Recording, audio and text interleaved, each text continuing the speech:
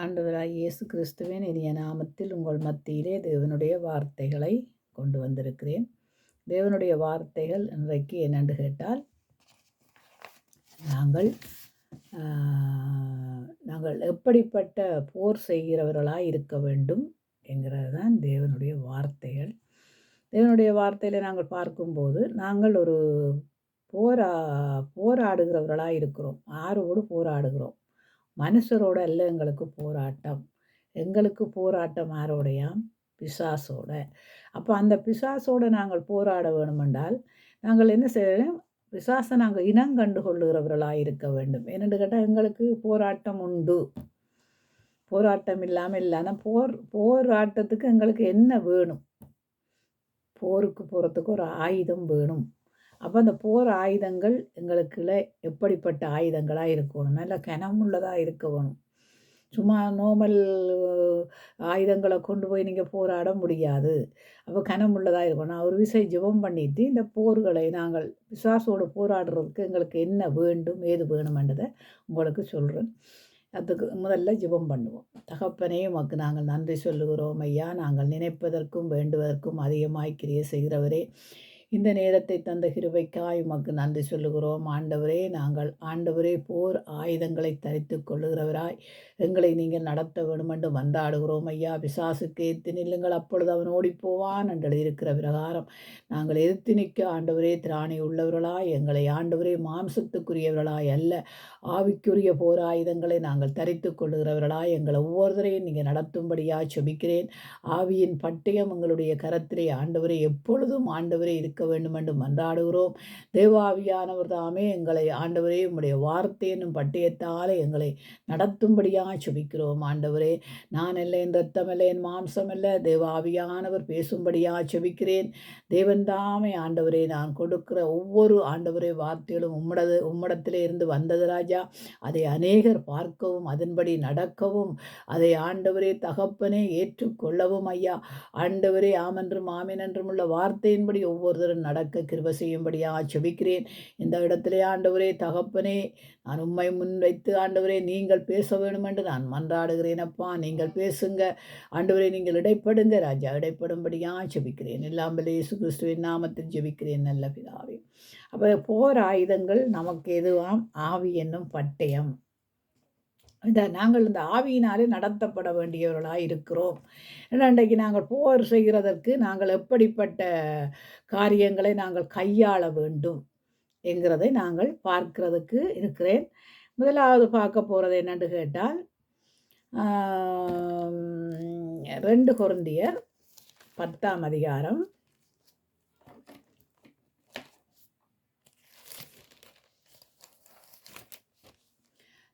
2 கொரிந்தியர் 10ஆம் அதிகாரத்திலிருந்து நாங்கள் வாசிப்போம். முதலாவது வசனத்திலிருந்து நாங்கள், உங்களுக்கு முன்பாக இருக்கும்போது தாழ்மையாகவும் தூரத்திலே இருக்கும்போது உங்கள் மேலே கண்டிப்பாயும் இருக்கிற பவுலாகிய நான் கிறிஸ்துவின் சாந்தத்தையும் தயவையும் முன்னிட்டு உங்களுக்கு புத்தி சொல்லுகிறேன். என்ன சொல்லுகிறானாம் அவன்? புத்தி சொல்லுகிறான். புத்தி என்ன மதியான புத்தியலை என்று நாங்கள் கேட்க வேண்டியவர்களாக இருக்கிறோம். ஏன்னா இது வேதம். இது ஒருத்தரும் தங்களுடைய மாம்சத்திலே கொண்டு வருகிறதல்ல. இது தேவன் எழுதி கொடுத்த வார்த்தைகள் எல்லாம். எங்களை மாம்சத்தின்படி நடக்கிறவர்கள் என்று எண்ணுகிற சிலரை குறித்து நான் கண்டிப்பாக இருக்க வேணும் என்று நினைத்திருக்கிற தைரியத்தோடே உங்கள் முன்பாக இருக்கும்போது நான் கண்டிப்புள்ளவனாயிராதபடிக்கு நீங்கள் எச்சரிக்கையாக இருக்க உங்களை வேண்டிக் கொள்ளுகிறேன். அப்போ நாங்கள் எப்படியா இருக்க வேணுமாம்? எச்சரிக்கையாக இருக்க வேண்டும். எச்சரிப்பின் சத்தம் எங்களுக்குள்ள இருக்க வேண்டும். அப்போ அவன் எங்களுக்கு எச்சரிக்கிறான். நாங்கள் மாம்சத்தில் நடக்கிறவர்களாக இருந்தும் மாம்சத்தின்படி போர் செய்கிறவர்கள் அல்ல.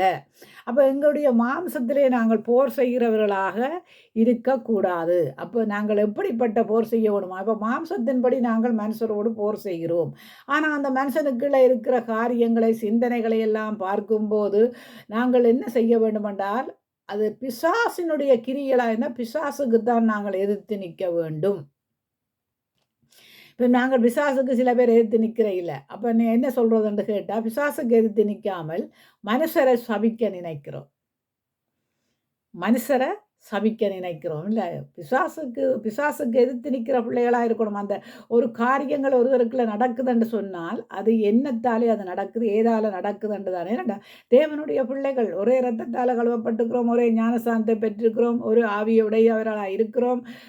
அப்ப அப்படிப்பட்ட எங்களுக்குள்ள சில காரியங்கள் வருகுதென்றால், அது யார் போடுகிறது, எவர்கள் போடுகிறது என்று நாங்கள் நிதானித்தறிகிறதற்கு ஆவியின் வரம் எங்களுக்குள்ள வேணும். ஆவியானவர்களை பகுத்தறிகிற ஞான வரம் எங்களுக்குள்ள வேணும். ஆவிகளை பகுத்தறிகிற ஞான வரம். அப்ப அதனால தான் ஆவியின் பட்டயத்தை நாங்கள் பிடித்து கொள்ள வேண்டியவர்களாய் இருக்கிறோம். அப்ப நாங்கள் ஆவியின் பட்டயத்தை பிடித்து கொண்டோமா இருந்தால், நாங்கள் மாம்சத்தின்படி நடக்கிறவர்களாய் அல்ல, ஆவியானவரின்படி நடக்கிறபடியால் அந்த பிசாசுக்கு நாங்கள் என்ன செய்வோமாம்? எதிர்த்து நிற்போம். அவன் அப்பொழுது என்ன செய்வானாம்? ஓடிப்போவான். இப்போ நாங்கள் அப்படிப்பட்டவர்களாக இருக்க வேணுமென்று பவுலடியான் நல்ல புத்திமதிகளையும் நல்ல எங்களுக்கு அந்த உரைக்கத்தக்கதான வார்த்தைகளையும் கொடுத்திருக்கிறான். எங்களுடைய போராயுதம் மாம்சத்துக்கு ஏற்றவைகளாக இராமல் அரண்களை நிர்மூலமாக்குறதற்கு தேவ பலமுள்ளதாய் இருக்கிறது. எப்படிப்பட்டதாய் இருக்கிறதா? தேவ பலமாய் இருக்கிறது.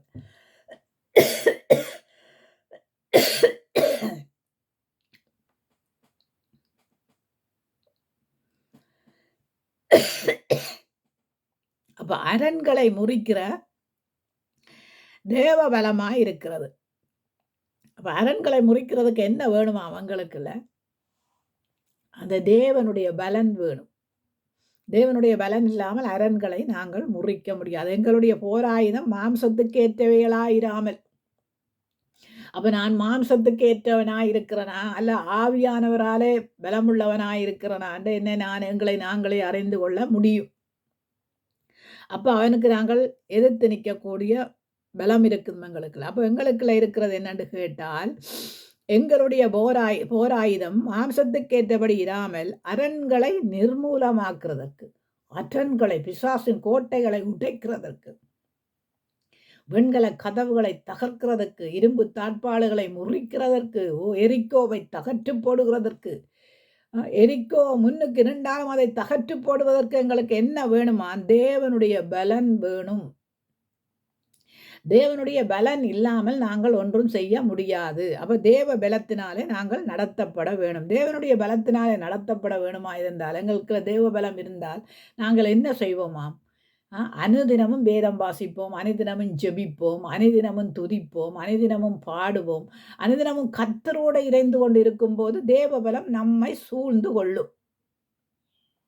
ஏனென்று கேட்டால் எதிரிகளை முறியடிக்க, பலவான்களை முறியடிக்க. அப்போ எங்களுக்குள்ள என்ன இருக்குதாம்? தேவ பலம் இருக்க வேணும். தேவனுடைய பலம் உள்ளவர்களாக இருக்கிறது. என்னவா நிர்மூலமாக்குறதுக்கு தேவ பலம் உள்ளவர்களாக இருக்கிறது.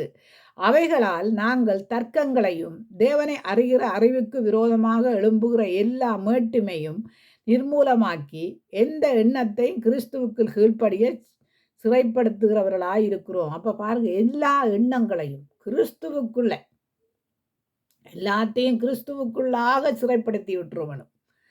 ஒன்றையும் நாங்கள் பாதினாலேயாவது, விரும்பினாலேயாவது, சுயத்தினாலேயாவது, ஈக்கோவினாலேயாவது, சண்டைகளினாலேயாவது, பொறாண்மைகளினாலாவது தேவனுடைய ராஜ்யத்தை சுதந்திரிக்க முடியாது.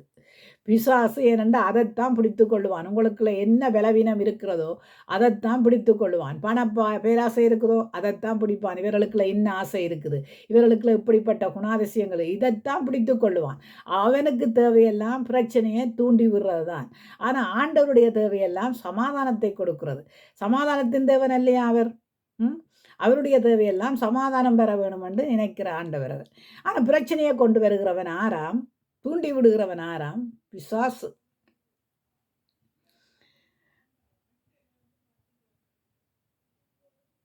அவைகளாலே நாங்கள் தர்க்கங்களையும் தேவனை அறிகிற அறிவுக்கு விரோதமாய் எழும்புகிற எல்லா மேட்டுமையும், அப்ப பாருங்க, தேவனை அறிகிற அறிவுக்கு மேலான மேட்டுமைகளையும் நிர்மூலமாக்கி எந்த எண்ணத்தையும் கிறிஸ்துவுக்குள்ளே நாங்கள் கீழ்ப்படுத்த சிறைப்படுத்துகிறவர்களாய் இருக்கிறோம். ஆறு பவுலடியான் அப்படியானவர்களை சிறைப்படுகிறான். பாருங்க, கிறிஸ்துவுக்குள்ள கொண்டு வருகிறான் அப்படிப்பட்டவர்களை. ஆனால் இன்றைக்கு அப்படிப்பட்டவர்களை கிறிஸ்துவுக்குள்ள கொண்டு வருகிறோம் இல்லையே என்று கேட்டால், எங்களுக்குள்ளையும் அந்த குணாதிசயங்கள் அந்த மாம்ச சிந்தைகள் அப்பப்போ எங்களுக்குள்ள வெளிப்படுது.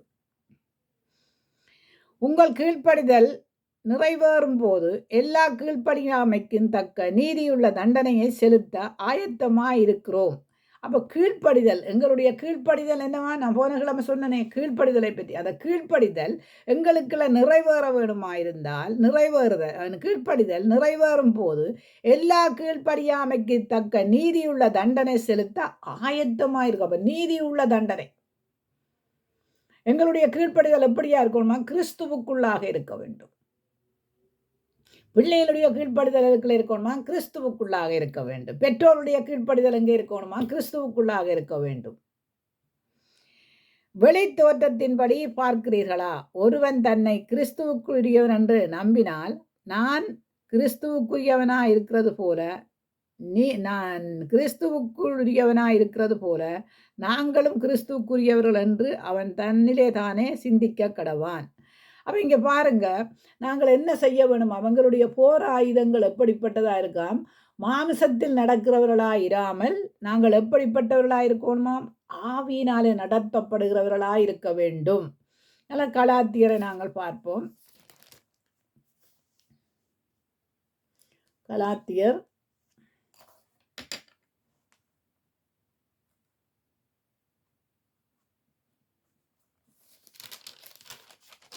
12ஆம் அதிகாரம்.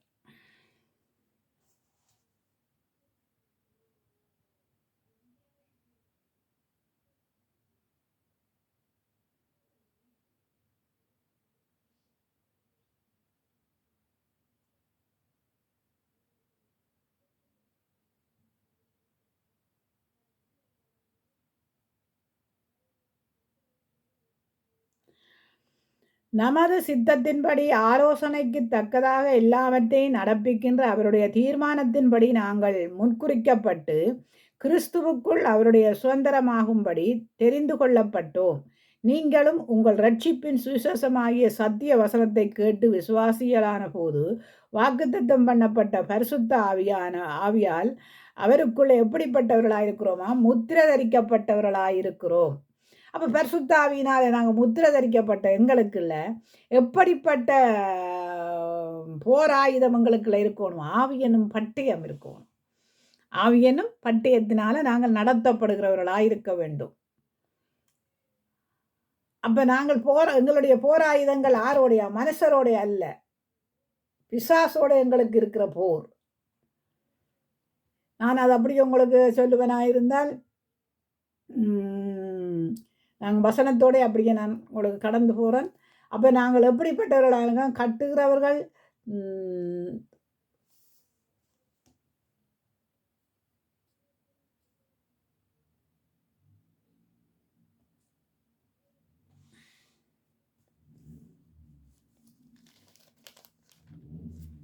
கலாத்தியர் 5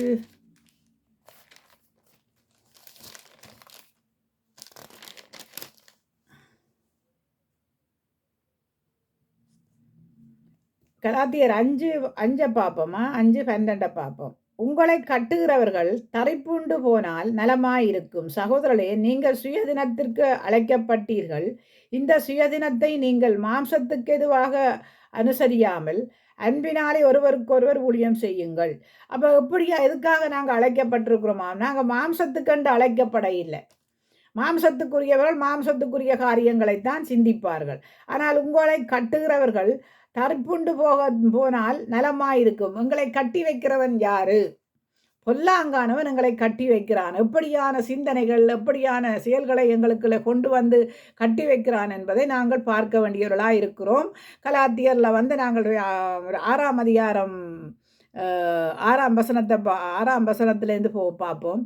மேலும் திருவசனத்தில் உபதேசிக்கிறவனுக்கு சகல நன்மைகளிலும் பகிர்ந்து கொடுக்க கடவான். அப்போ திருவசனத்தை பகிர்ந்து கொடுக்கிறவர்களாக இருக்க வேண்டும்.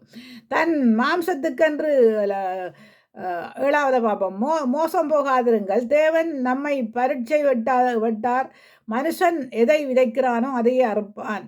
தன் மாம்சத்துக்கென்று விதைக்கிறவன் மாம்சத்தின் அழிவை அறுப்பான். ஆவிக்கென்று விதைக்கிறவன் ஆவியினாலே நித்திய ஜீவனை அறுப்பான். அப்போ நாங்கள் எதுக்காக அழைக்கப்பட்டிருக்கிறோம்? ஆவிக்கென்று விதைக்கப்பட. மாம்சத்துக்குரியதெல்லாம் பிசாசனுடைய காரியங்கள். எங்களுடைய மாம்ச சிந்தைகள் எல்லாம் மரணம். அப்ப நாங்கள் எங்களுடைய மாம்ச சிந்தைகளை விட்டு ஆவியின் சிந்தனைகள், ஆவியின் பட்டயம் எங்களுக்குள்ள இருக்க வேணும். அப்பதான் நாங்கள் போராட முடியும். போராடுறதுக்கு முடியும். எபேசியர் 6:10 பார்ப்போம்.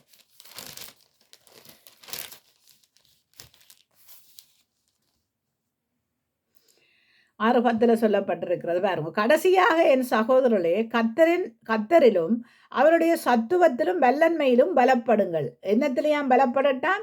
கடைசியாக என் சகோதரர்களே, கத்தரிலும் அவருடைய சத்துவத்திலும் வல்லன்மையிலும் பலப்படுங்கள்.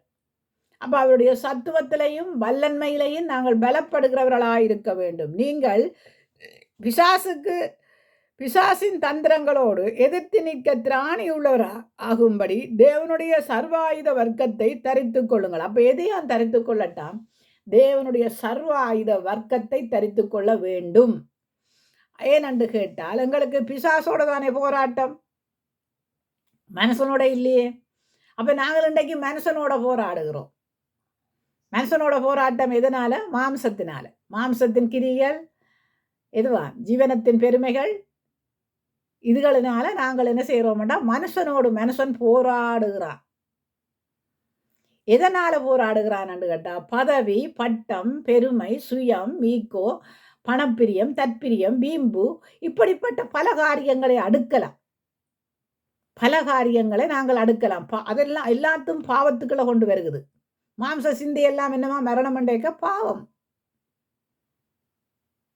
சில பேருக்குள்ள பாவத்தின் அடிமைகளுக்குள்ள அப்படியே போகிறார்கள். பாவத்தின் அடிமைத்தனம், சந்ததி சந்ததியாய் பாவத்தின் அடிமைத்தனம். அதை விட்டு விலகுதில்லை ஒன்றிலையும் இருந்து.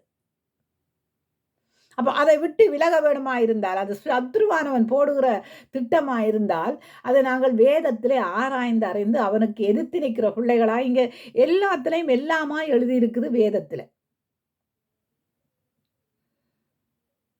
சர்வ ஆயுதத்தின் வல்லன்மையின் பலப்படுங்கள். நீங்கள் பிசாசின் தந்திரங்களோடு எதிர்த்து நிற்க திராணி உள்ளவர்களாகும்படி. என்ன ஆரோடையாம் எதிர்த்து நிற்க திராணி உள்ளவர்களா இருக்கணுமா? பிசாசின் தந்திரங்கள். பிசாசுடைய தந்திரங்கள் என்னவாம்? யார விடுங்கலாம்னு வகை தேடி திரிகிறான் பாருங்க. யாருக்குள்ள அந்த பலவீனம் இருக்குது, அந்த பாவத்தின் பலவீனம் இருக்குது, அந்த பணப்பிரியத்தின் பலவீனம் இருக்குது, அந்த சுயத்தின் பலவீனம் இருக்கிறது, பெருமையின் பலவீனம் இருக்குது. அந்த டப்பண்டு பூந்துருவான் பாருங்க. டப்பண்டு பூந்து என்ன செய்யணும்னா பிரச்சனை பிரச்சனை பிரச்சனை பிரச்சனை. அதனாலதான் நாங்கள் எதனால கட்டப்பட வேணுமா? ஆவியினால கட்டப்பட வேணும். பரிசுத்த ஆவியானவர் எங்களுக்குள்ள இருக்க வேணும். ஆவியின் பலம் இருக்க வேணும். ஆவியானவருடைய சர்வ ஆயுத வர்க்கத்தை அணிந்திருக்க வேண்டும். நாங்கள் போராடுவதற்கு என்ன இருக்கணுமா? சர்வ ஆயுத வர்க்கம் அணிந்திருக்கப்பட்டவர்களாய் இருக்க வேண்டும். சர்வ ஆயுத வர்க்கத்தை தரித்து கொள்ளுங்கள். ஏனெனில் மாம்சத்தோடும் இரத்தத்தோடும் துரத்தனங்களோடும் அதிகாரங்களோடும் இப்பிரபஞ்சத்தின் அந்தகார லோகாதிபதிகளோடும் வான மண்டலங்களில் உள்ள பொல்லாத ஆவிகளோடும் சேனைகளோடும் நமக்கு என்னவிருக்காம்? போராட்டம் உண்டு. அப்போ வான மண்டலங்கள்ல இருக்கிற பொல்லாத ஆவிகள், வான மண்டலங்கள்ல இருந்து கிரிய செய்வான் பாருங்க, பொல்லாத ஆவிகள். அப்போ அவனுக்கும் கண் இருக்கு. ஏனண்டா ஆண்டவரே பரலோகத்துல இருந்து கண்ணோக்கி பார்க்கிறார் மனிதனுக்குள்ள என்னென்ன இருக்குண்டு. அவனுக்கும் ஆண்டவர் அவனுடைய வல்லமையை புடுங்க இல்லத்தானே. அப்ப அவனும் பார்ப்பான், ஓஹோ இவியலை போய் இவளுக்குள்ள என்ன இருக்குது, இவளுக்குள்ள என்ன குணாதிசயம் இருக்குது. இது இந்த உலகத்துல இருக்கிற எல்லாத்தையும் காட்டி ஆசைப்படுத்தினவன் தான் ஏவாளை. அந்த கனியை காட்டி ஆசைப்படுத்தினான். உங்களை என்ன செய்வானாம்? அந்த உலகத்தில் இருக்கிற எல்லாத்தையும் காட்டி ஆசைப்படுத்துவான் இல்லையா? இப்போ நாங்கள் இருக்கிறோம்னு சொல்கிறோம், சபைக்கு இருக்கிறோம். சபைக்கு இருந்தானே, வழியில் இருந்தானே, சபைக்கு இருக்கிறவங்களுக்கே பண ஆசை இருக்குது இல்லைன்னு சொல்கிறதுக்கு யாராலும் முடியாது. பண ஆசை இருக்குது, பொருள் ஆசை இருக்குது, மண் ஆசை இருக்குது, பெண் ஆசை இருக்குது, லௌலிக மயக்கங்கள் இருக்குது. ஏன் சில பேருடைய காரியங்களில் அடிக்கண்டு போனால் பார்க்கலாம், எங்கேயோ போகலாம் தொங்கலுக்கு. ஆனால் எல்லாம் இருக்குது. யார்கிட்ட இருக்குது? ஒரே இரத்தத்தால ஒரே நாங்கள் ஞானஸ்தானம் பெற்ற எங்களுக்குள்ள நாங்கள் என்ன செய்கிறோம் என்று கேட்டால், இதை நோக்கி ஓடாமல் உலகத்தை நோக்கி ஓடுகிறோம். அப்ப நாங்கள் மற்றவங்களுக்கு சொல்றோம் இல்லையா, உலகத்தார். அப்ப நாங்கள் எதை நோக்கி ஓடுகிறோம்? உலகத்தான் எதை நோக்கி ஓடுகிறான்? எதை நோக்கி ஓடுகிறான்? உலகத்தான். இதைத்தான் நாங்களும் உலகத்தை நோக்கி ஓடுகிறோம். தேவனுடைய பிள்ளைகளுக்கு தேவனுடைய ஆசீர்வாதங்கள் தேவன் கொடுக்கிறதற்கு அவர் சர்வ வல்லமை உள்ள தேவனாய் இருக்கிறார். அதனாலே அவர் சொன்னார் என்னன்னு கேட்டா, நான் உங்களை அனுப்பும் போது ஏதாவது ஒன்று குறைபட்டதா? நீங்கள் தடியோடையும் பாதரட்சியோடையும் போங்கள், வேற ஒன்றும் கொண்டு போக வேண்டாம். கொண்டு போயிட்டு வரும்போதும் உங்களுக்கு ஏதாவது ஒரு குறைவு இருந்ததா? இல்லையே. அவர் போஷிக்கிற தேவன், உங்களை நேசிக்கிற தேவன் இல்லையா? அப்ப அவர் என்ன செய்கிறார் என்று கேட்டா, எங்களை தன்னுடைய காக்கும் கரங்கொண்டு காக்கிற தேவனாய் இருக்கிறாரு. அப்ப அதனால சொல்றார் பாருங்க, குருவிகளை பாருங்கள், காக்கைகளை பாருங்கள், பறவைகளை பாருங்கள், அதுகள் சேர்த்து வைக்கிறதும் இல்லை, இழப்பூட்டுறதும் இல்லை, அதுகளுக்கு பரமபிதா இழப்பூட்டுகிறார் என்று சொல்லப்பட்டிருக்கிறது இல்லையா? சாலோமன் முதலாய் அவனுக்கு எல்லாம் இருந்தது, அவனுக்கு எல்லாம் எல்லாமா இருக்கவில்லை என்று சொல்லியிருக்கு. இன்றைக்கு எல்லாம் எல்லாமாய் இல்லை, சாலோமனுக்கு இல்லை, ஆனா எங்களுக்கு இருக்குதே எல்லாம் எல்லாமாய். அதனால தானே பிரச்சனைகளை பிசாசு கொண்டு வந்து போடுறான். பிசாசு சும்மா இல்லையே, அவன் கண்ணோக்கி பார்க்குறானே, எந்த குடும்பத்துக்குள்ள கொண்டு எந்த பிரச்சனையை போடுவோம், எந்த குடும்பத்துக்கு எது இருக்குது, ஏன் நாங்கள் எப்படியாய் நாங்கள் பிள்ளைகளை வளர்க்குறோம், எப்படியாய் நாங்கள் எங்களுடைய சிந்தனைகளை கொண்டு போகிறோம், எங்களுடைய நினைவுகள் எல்லாம் எப்படிப்பட்டதா இருக்கிறது என்று அவன் கண்ணோக்கி பார்க்கிறவனுக்கு அவனுக்கு தெரியும் தானே என்ற பலவீனத்தை எங்கே பிடிக்கலாம் என்று. அப்ப நாங்கள் என்ன செய்ய வேணுமாம்? சர்வ ஆயுத வர்க்கத்தை அணிந்து கொண்டு நாங்கள் போர் செய்கிறவர்களாய் இருக்க வேண்டும். அந்த நாங்கள் பார்க்கிறோம் என்னென்று கேட்டால், எரிக்கோ மதிலை தகர்க்கிறதற்கு என்ன எங்களுக்கு அவங்களுக்கு தேவைப்பட்டது, இஸ்ரவேல் ஜனங்களுக்கு 7 நாளும் அந்த தேவாலயத்தை சுற்றி வர, அந்த எரிக்கோவை சுற்றி வர வேண்டும். எரிக்கோவை நீங்கள் சுற்றி 7 நாளும் வரும்போது சும்மா சுத்த சொல்லலையா ஆண்டவர்? துதிச்சாங்க, பாடினாங்க. ஓ, எரிக்கோ மதில் விழுந்தது பாருங்க. அப்ப அந்த துதியலுக்குள்ள வாசம் செய்கிற தேவன் இல்லையா அவர்? அப்ப அந்த துதியலுக்குள்ள இருந்த தேவன் என்ன செய்தாராம்? எரிக்கோவை தகட்டாராம். இன்றைக்கு எரிக்கோ என்னங்க? பிசாசனுடைய கிரியை அந்த தகற்றி விட்டார் பாருங்க. அதே மாதிரி தான் நாங்கள் பார்க்கிறோம். என்னென்று கேட்டா, தாவீதை பார்க்கிறோம் பாருங்க. தாவீதுக்கு வந்த போராட்டம் கொஞ்சம் நெஞ்சம் இல்லையே. அவனுக்கு வந்த போராட்டம் கொஞ்சம் நெஞ்சம் இல்லையே. ஆனா அவன் போராடினான். ஆண்டவர்கிட்ட கேட்டல்லவா போராடினான். ஆண்டவரே, பெலிஸ்தியரை முறியடிக்க போகலாமா? அமலோக்கியர்களை முறியடிக்க போகலாமா? எல்லாம் யாரிடத்துல இருந்து பெற்றுக்கொண்டு போனானாம்? ஆண்டவரிடத்துல இருந்து கேட்டுக்கொண்டு போறான். ஆண்டவர் போண்டாத்தான் போறான், இல்லையண்டா போக மாட்டான். ஆண்டவரே, நான் இன்றைக்கு போகலாமா யுத்தத்துக்கு? போர் செய்ய போகலாமா என்று கேட்கிறான். போன்னு சொன்னாத்தானே போறான். அப்ப நாங்கள் பார்க்கிறோம் வேண்டாம், கோலியாத்தை அவன் முறியடிச்சான். தாவீது அப்பே சிறியவனாய் இருந்தான். அவனுடைய கையில என்ன இருந்ததா? கெட்ட போலும் ஒரு கூழாங்கல்லு. அந்த கூழாங்கல்லையும் கெட்ட போலிலையும் இருந்த. அவன் ஏற்கனவே முதல் சொல்லிட்டான், ஜீவனுள்ள தேவனுடைய நாமத்தினால உன்ன நான்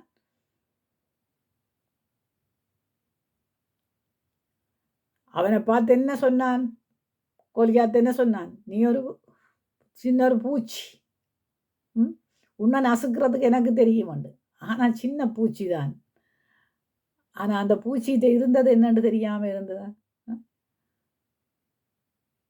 அப்போ நாங்கள் யோசிக்க வேணும் என்னென்னு கேட்டால், ஆண்டவருடைய ஆவியானவர் நமக்குள்ள வந்துட்டா, அந்த போராடுகிற ஆயுதம் நமக்குள்ள வந்துட்டா எதிரிக்கு முன்னால நிற்கக்கூடியதா இருக்கும். தாவீது நிற்கிறான், எத்தனை வயதுல நிற்கிறான்னு பாருங்க. எதிரி யாரு?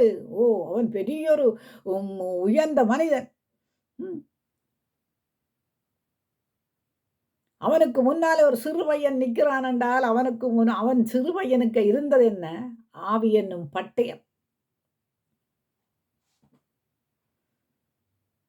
அப்ப நாங்கள் இன்றைக்கு நாங்கள் ஆவியானவருடைய பட்டயத்தோடு நாங்கள் வாழ்கிறோமா?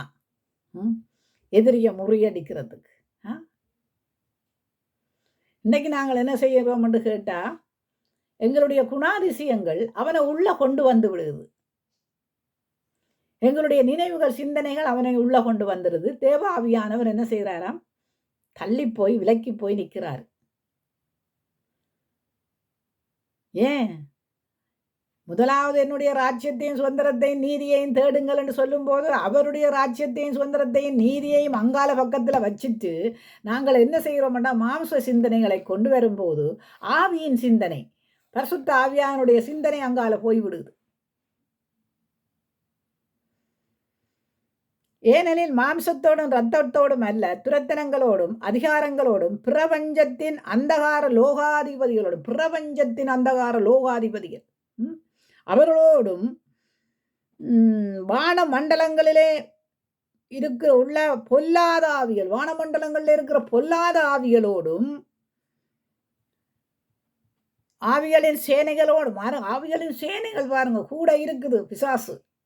ஆவிகளின் சேனைகளோடு எங்களுக்கு போராட்டம் உண்டு. அப்போ அந்த ஆவிகளின் சேனைகளுக்கு ஒரு ஆவி உங்களுக்குள்ள வந்திருந்து மாம்ச சிந்தையை கொடுத்தாலே போதுமே. எல்லா ஆவியும் வர வேணுமென்ற அவசியம் இல்லையே. ஒரு ஆவி போய் 7 ஆவியை கொண்டு வந்துடும் திருப்பி. அது எப்படிப்பட்ட ஆவியை கொண்டு வரும்? பணப்பிரியத்தின் ஆவி, பிணங்கல தற்பிரியத்தின் ஆவி, வீம்பின் ஆவி, சுயத்தின் ஆவி, ஈக்கோவின் ஆவி. இது வானமண்டலங்களை சுற்றுறது எல்லாம் வந்து வீட்டுக்குள்ள பூந்துரும் பாருங்க. நான் பெருசு, நீ பெருசு, நீ பெருசு, நான் பெருசுண்டு. ஏன் சபைகளுக்குள்ளேயே இன்றைக்கு ஊசலாடுது? ஏன்? ஆண்டவருடைய ஆவியானவர் தள்ளி நின்று பார்க்குறார் பாருங்க. ஏன்னு கேட்டா நீங்கள் யாருக்கு இடம் கொடுத்துருக்கிறீங்க? யாருக்கு இடம் கொடுத்துருக்கிறீங்க? அவனுக்கும் துதிக்க தெரியும், அவனுக்கு பாட தெரியும், அவனுக்கு வசனம் தெரியும், எல்லாம் தெரியும் தானே அவனுக்கு. ஆனா அவனுக்கு நாங்கள் எதிர்த்து நிற்க வேணுமா இருந்தால் எங்களுக்குள்ள இருக்கிற இருதயத்தின் சிந்தனைகள் வழியிலே போக வேண்டும்.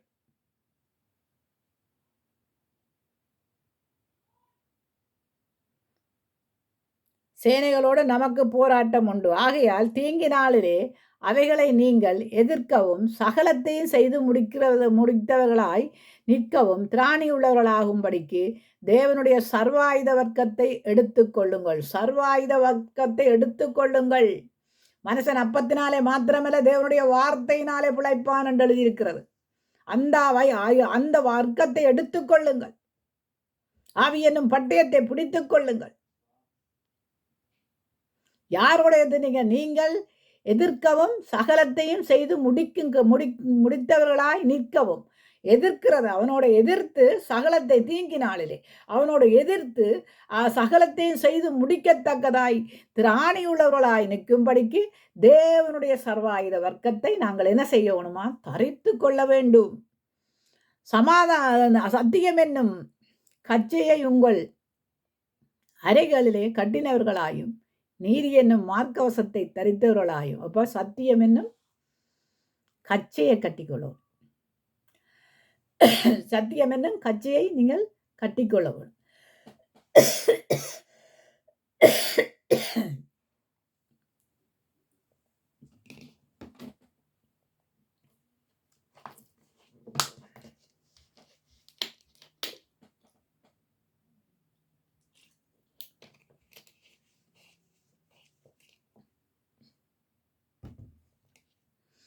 சத்தியம் என்னும் கச்சையை உங்கள் அறையிலே கட்டிக்கொள்ளுகிறவர்களாயும் நீதி என்னும் மார்க்கவசத்தை. அப்போ பாருங்க, சர்வாயுத வர்க்கத்தை அணிந்து கொள்ள வேணும். சத்தியம் என்னும் வர்க்கச்சையை கட்டிக்கொள்ள வேணும், அறையில கட்டிக்கொள்ள வேணும். நீதி என்னும் மார்க்கவசத்தை தரித்து கொள்ள வேண்டும். சமாதானத்தின் சுசேஷத்துக்குரிய ஆயத்தம் என்னும் பாதரட்சையின் காலிலே தொடுத்தவர்களாயும் இருக்க வேண்டும். தொடுத்தவர்கள் எவ்வளவு நீங்க தரித்ததுக்கு பிறகுதான் பொல்லாங்கானவனுக்கு செய்ய முடியும். இவ்வளவும் நீங்க தரித்திருக்க வேண்டும். யாருக்கு எதிர்த்து நிற்க? பொல்லாத விசுவாசுக்கு, அந்தகார லோகாதிபதிகளுக்கு, வானமண்டலங்களில் சுற்றி இருக்கிற லோகாதிபதிகளுக்கு, துரத்தனத்தின் ஆவியலுக்கு, பிரபஞ்சத்தின் ஆவியலுக்கு, வேசித்தனத்தின் ஆவியல், பொய்யலின் ஆவியலுக்கு நீங்கள் என்ன செய்ய வேணுமாம்? இதையெல்லாம் தரித்திருந்தாத்தான் நீங்கள் என்ன செய்ய முடியுமாம்? சமாதானத்தின் சுவிசேஷத்துக்குரிய ஆயத்தம் என்னும் பாதரட்சையை காலிலே தொடுத்தவர்களாயும் என்ன செய்யட்டுமா? பாதரட்சி. அதனாலதான் ஆண்டவர் சொல்றாரு, ஒரு தடியோடும் பாதரட்சியோடும் போங்கொள்ளண்டு. அதுக்கப்புறம் அவரை கேட்குறார், ஆண்டவர் உங்களுக்கு ஏதாவது குறைபாடு இருந்ததாண்டு. 12 அப்போஸ்தலரை அனுப்பும்போது அதிகாரம் கொடுத்து அனுப்புகிறாரு பாருங்க. ஓ, அப்பொழுது என்ன நீங்கள் செய்வீங்களா? இவ்வளவுத்தையும் நீங்கள் தரித்து கொள்ளும் போது பொல்லாங்கான் எய்யும் அக்கினி யாஸ்திரங்களை எல்லாம் அவித்து போடத்தக்கதாய் எல்லாவற்றிற்கும் மேலான விசுவாசம் என்னும் கேடயத்தை பிடித்து கொண்டவர்களாயும் நில்லுங்கள். விசுவாசம் என்னும் கேடயம் பாருங்க.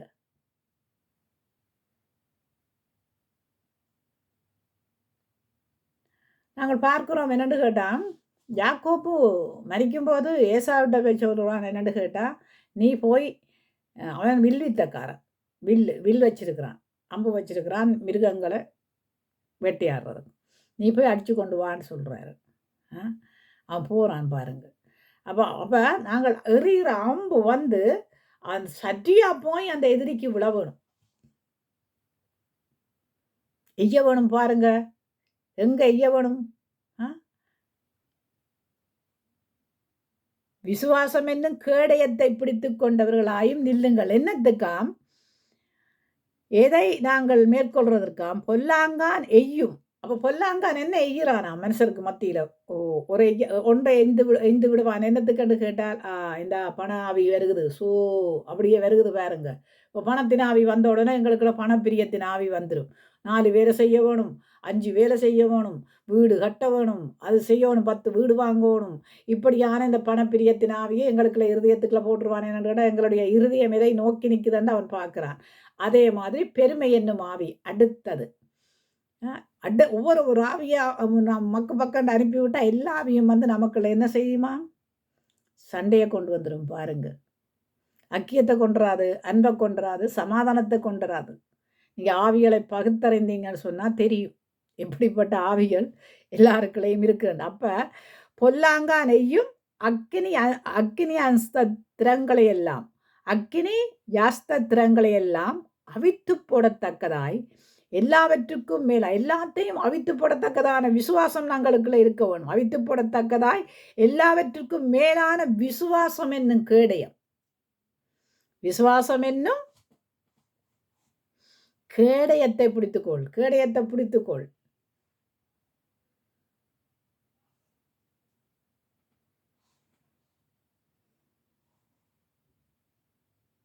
கேடயத்தை பிடித்து கொண்டவர்களாய் நில்லுங்கள். எங்க நிற்கணும்? உறுதியாய் நிற்கவனும் அங்க அம்பை ஈரத்துக்கு. கேடயத்தை வைத்திருக்கவன்.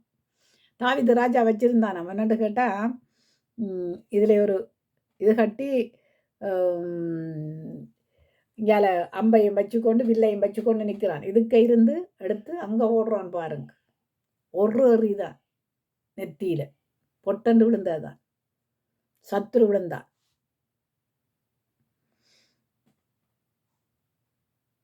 பிடித்து கொண்டவர்களாய் நில்லுங்கள். இரட்சணியம் என்னும் தலைச்சீரானையும் தேவ வசனமாகிய ஆவியின் பட்டயத்தையும் எடுத்துக்கொள்ளுங்கள். அப்ப என்னத்தையும் எடுத்துக்கொள்ளணும்? ஆவியின் பட்டயம். ஆவியானவர் இல்லாமல், நீங்கள் விசுவாசம் இல்லாமல் சத்துருவானவருக்கு நீங்க எதிர்த்து நிற்க முடியுமா என்ன? வேதம் இல்லாமல் வெளிச்சத்தை காண முடியாது. உலகத்தின் வெளிச்சத்துக்குள்ள தான் இருப்போம். அப்போ அப்படிப்பட்ட மனுஷராய் நாங்கள் தேவனுக்கு முன்பாக நிற்கிறவர்களாய் இருக்க வேணும். எந்த சமயத்திலும் சகலவிதமான வேண்டுதலோடும் விண்ணப்பத்தோடும் ஆவியினாலே ஜெபம் பண்ணி அதன் பொருட்டு மிகுந்த மன உறுதியோடும் சகல பரிசுத்தவான்களுக்காகவும் பண்ணும் வேண்டுதலோடும் விழித்து கொண்டிருங்கள். அப்ப இதெல்லாம் செய்ய வேணுமா? எங்கள்கிட்ட இதெல்லாம் இருக்க வேணும். இருந்தால் தான் அவனுக்கு எதிர்த்து நிற்க முடியும். சில பேர் நாங்கள் நினைப்போம் என்னென்னு கேட்டாலா, 2 வேலையை முடிச்சு போட்டு வந்து பஞ்சியாக கிடக்கு படுத்து கிடப்போம். ஒரு 5 நிமிஷமோ 10 நிமிஷமோ ஜெபிக்கிறதுக்கு பஞ்சி அல்ல. அதுக்கு போகாதவர்கள் கூட என்ன செய்வார்கள்னா, ஊரில் வாரத்து கதைகளை எல்லாம் கதைச்சி போட்டு பிசாசு வந்து உள்ளுக்க பூந்துருவான் பாருங்க.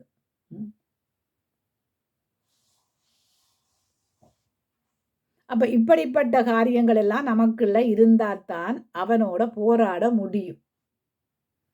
மற்றது பிரச்சனைகளை சகித்து கொள்ள முடியும். ஏனென்றால் அவன் செய்கிறவன் யார் என்று கண்டுகொள்ள முடியும் தானே. யார் இவர்களுக்குள்ள இருந்து இப்படிப்பட்ட காரியங்களை செய்கிறாங்க. அப்போ நாங்கள் எங்களும் தாவீது ராஜா சொல்கிறான், என்னென்று கேட்ட ஒரு இடத்த சொல்கிறான், நான் பார்த்தேன் நான் சங்கீதத்தில், நான் மனுஷனுக்கும் எனக்கும் யுத்தம் இல்லை, மனுஷனாக இருந்தால் பிசாசாக்கும் அவனுக்கும் தானே யுத்தம். யுத்தத்துக்கு நாம சரியாய் நிற்க வேணும் பாருங்க. யுத்தத்தை கொண்டு வருகிறவன், ஆனால் போராடி போராடி போராடி போராடி போராடி ராஜாவானான். அப்போ நாங்கள் என்ன செய்ய வேணுமாம், எங்களுக்குள்ள இப்படிப்பட்ட எபேசியர் 6ஆம் அதிகாரம் 10ஆம் வசனத்தில் இருந்து நாங்கள் 17ஆம் வசனம் மட்டும் 18ஆம் வசனம் மட்டுக்கும் உறுதியாக இருக்க வேண்டியவர்களாக இருக்கிறோம். அவனுக்கு எதிர்த்து நிற்க, அவனுக்கு எதிர்த்து நிற்கிறதுக்கு இவ்வளவும் வேணும். ஆவி என்னும் பட்டயம் வேணும், சர்வாயுத வர்க்கத்தை அணிந்திருக்க வேணும், மார்க்கவசத்தை அணிந்திருக்க வேணும், சமாதானம் என்னும் சுவிசேஷத்தின் ஆயத்தம் என்னும் பாதரட்சிகளை அணிந்திருக்க வேண்டும். பொல்லாங்கா நெய்கிற எல்லா அக்கினி இதுகளுக்கும், அக்கினி அந்தஸ்துக்கும் என்ன செய்ய வேணுமா, திராணங்களை எல்லாம் அவிழ்த்து போடத்தக்கதாய் எல்லாவற்றுக்கும் மேலான விசுவாசம் என்னும் கடையம் இருக்க வேணும்.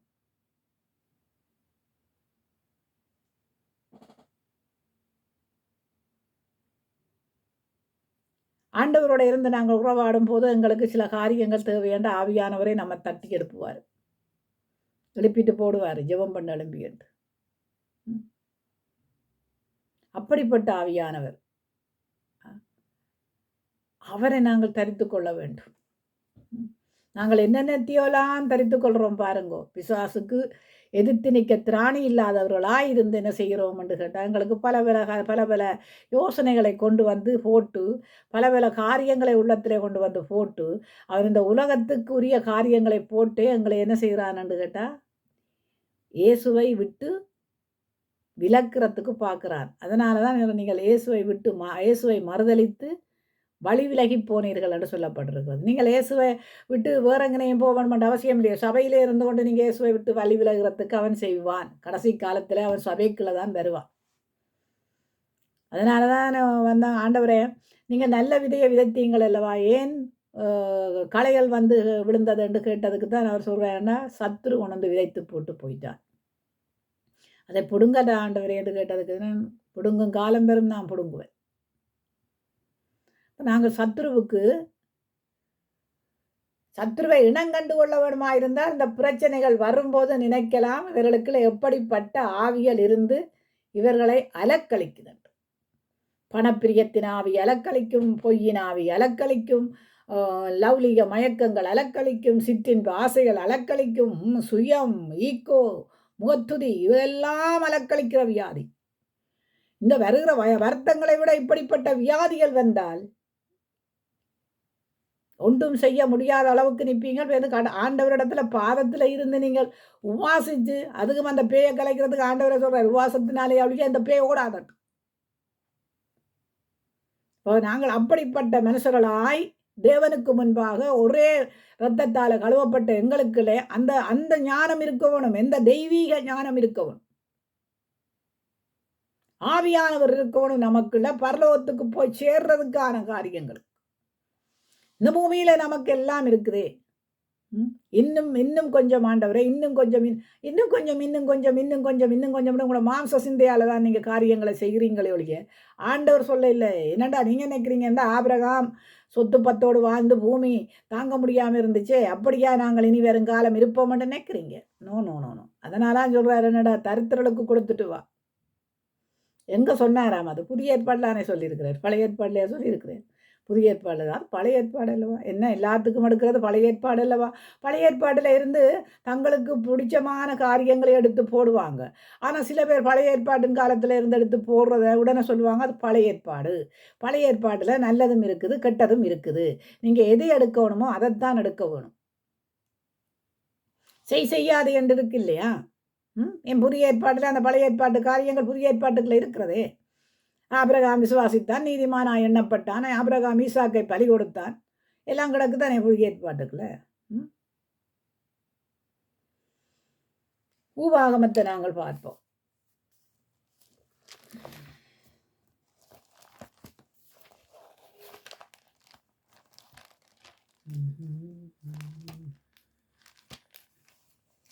ஊவாகமம் 28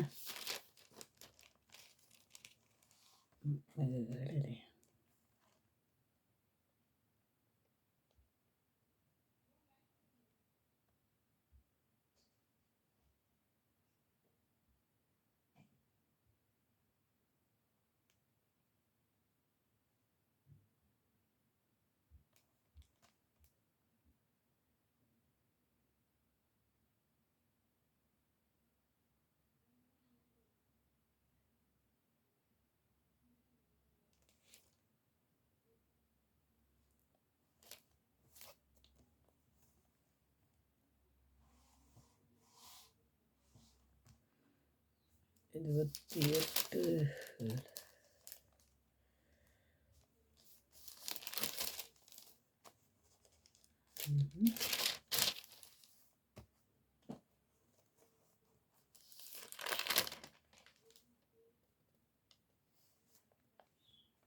உனக்கு விரோதமாக எழும்பும் உன் சத்துருக்களை கர்த்தர் உனக்கு முன்பாக முறியடிக்கப்படும்படி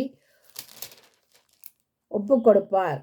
ஒரு வழியாய் உனக்கு எதிராய் புறப்பட்டு வருகிறவன் 7 வழியாய் உனக்கு முன்பாக ஓடிப்போவார்கள்.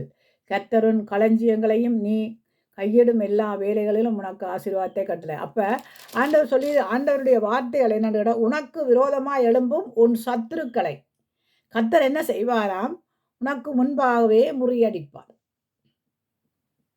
அப்ப கர்த்தர் அந்த காரியத்தை செய்கிறதுக்கு கர்த்தர் நம்மோட இருக்க வேணுமே, சத்துருக்களை முறியடிக்கிறதுக்கு, பலவான்களை முறியடிக்கிறதுக்கு, எரிக்கோக்களை தகர்க்கிறது. இது செய்யாது என்று சொன்ன ஆண்டவர் தானே. அப்ப நாம எதை செய்யக்கூடாது, எதை செய்ய வேண்டும்?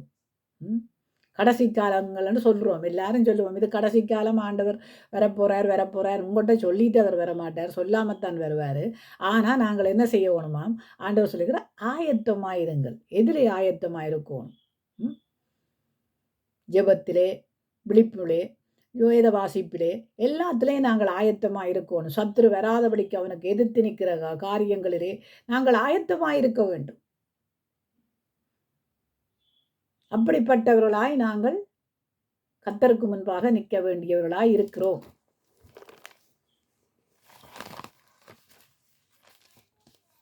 எபேசியர்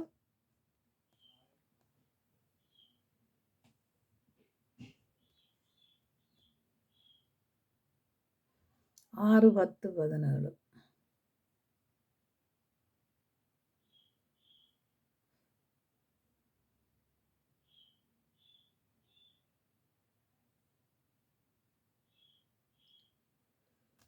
வாய்ச்சாச்சு.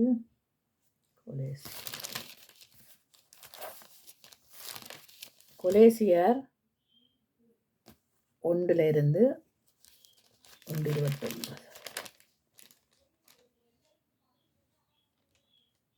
கொலேசியர் 1:29.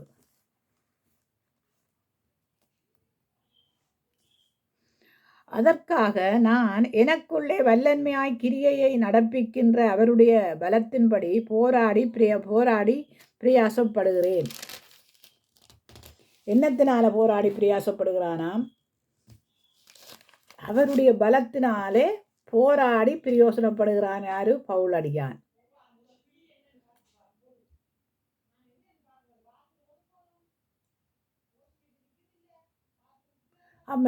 பவுலடியான் எங்க சொல்றான் என்னன்னு கேட்டா, கொலேசியர் 2 சொல்றான், உங்களுக்காகவும் லவோதிக்கியாவில் இருக்கிறவர்களுக்காகவும் சரீரத்தில் என் முகத்தை காணாதிருக்கிற மற்ற எல்லாருக்காகவும் மிகுந்த போராட்டம் எனக்கு உண்டென்று நீங்கள் அறிய விரும்புகிறேன். அவனுக்கு மிகுந்த போராட்டம். அவனுக்கு வராத போராட்டங்களோ எல்லாம் ஒன்றும் இல்லை. அவன் வந்து பாருங்க, சத்ருவை அவன் மேற்கொண்டான் என்று பார்க்கிறோம். அதனால தான் அவன் பல காரியங்களை அவன் அடுக்கி வைக்கிறான் என்று நாங்கள் பார்க்கிறோம். ஏன் நீங்கள் பாருங்க, சிம்சோனை எடுத்து பாருங்க. சிம்சோனுடைய கண்களை பிடுங்கினாங்க. ஏன்? அவன் வந்து ஆண்டவர் இப்படித்தான் அவனை கொண்டு போகணுமென்று இருந்தார் என்ன. ஆனால் அவனுக்குள்ள வல்லமை வந்தது பாருங்க. அவ்வளவு பேரும் இருந்தவங்க அவ்வளவு பேரையும் 2 முறியடிச்சு போட்டு விட்டான் டொப்பன்ட்டு. அப்போ அப்படியான சத்துருக்களை நாங்கள் மேற்கொள்ளுகிறவர்களாக இருக்க வேண்டும். இப்போ எங்களுக்கு உன் வீட்டாரே உனக்கு சத்துரு என்று சொல்லப்பட்டிருக்கு தானே. அப்போ வீட்டுக்குள்ள சத்துரு இருந்தால் என்ன செய்யணுமா? சத்துருக்களை மேற்கொள்ள நாங்கள் வார்த்தைகளை படிக்கணும். உன் வீட்டாரே உனக்கு சத்துருவாய் மாறுவார். அப்போ அப்படிப்பட்ட காரியங்கள்ல எல்லாம் நாங்கள் சத்துருவுக்கு எதிர்த்து நிற்கிற பிள்ளைகளாக இருக்க வேண்டும்.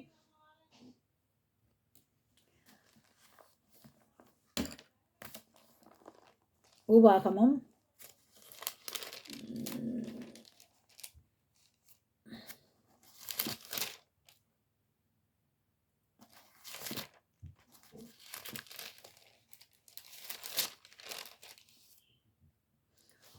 36.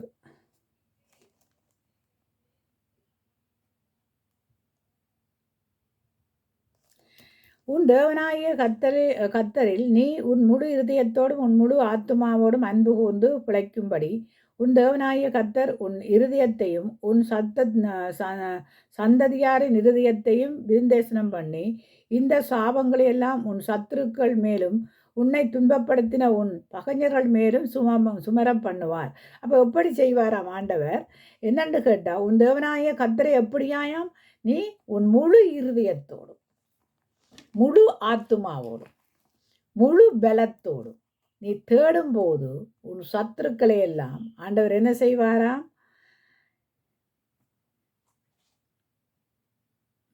சத்துருக்கள் மேலும் உன்னை துன்பப்படுத்தின உன் பகைஞர் மேலும் சுமர பண்ணுவான். அப்ப நாங்கள் சத்தியான விதத்தில் ஆண்டவரை நோக்கி போகுமா இருந்தால் எவரும் எங்களை ஒன்றும் செய்ய முடியாது. சரியோ? எவரும் எங்களை ஒன்றும் செய்ய முடியாது. என்னென்று கேட்டால், மேலே இருக்கிறவர் கண்டிப்பாக கண்ணோக்கி பார்க்கிறவர். அவருக்கு தெரியும் நல்லோர் மேலும் தீயோர் மேலும். அநாதி தேவன் மழையை வருஷிக்கிறவருக்கு தெரியும் எல்லாம். அப்போ முதலாவது அவருடைய நீதியையும் சுதந்திரத்தையும் தேட வேண்டும். அப்பொழுது அப்போ மோசைக்கு ஜோசுவாவுக்கு சொல்ல இல்லையா, நான் மோசையோடு கூட இருந்தது போல உன்னோடு கூட இருக்கிறேன், உன்னை விட்டு விலகுவதும் இல்லை, உன்னை கைவிடுவதும் இல்லை, பலன் கொண்டு திடனாயிரு, சத்துருக்களை உன்னுடைய கையிலே ஒப்பு கொடுப்பேன் என்று தாவீதுக்கு சொல்ல இல்லையா, இன்றைக்கு உன் சத்துருக்களை உன் கையிலே ஒப்பு கொடுப்பேன் என்று. அப்படிப்பட்ட விசுவாசத்தோடும் பலத்தோடும் நாங்கள் வாழ வேண்டியவர்களாக இருக்கிறோம். யோசுவா 1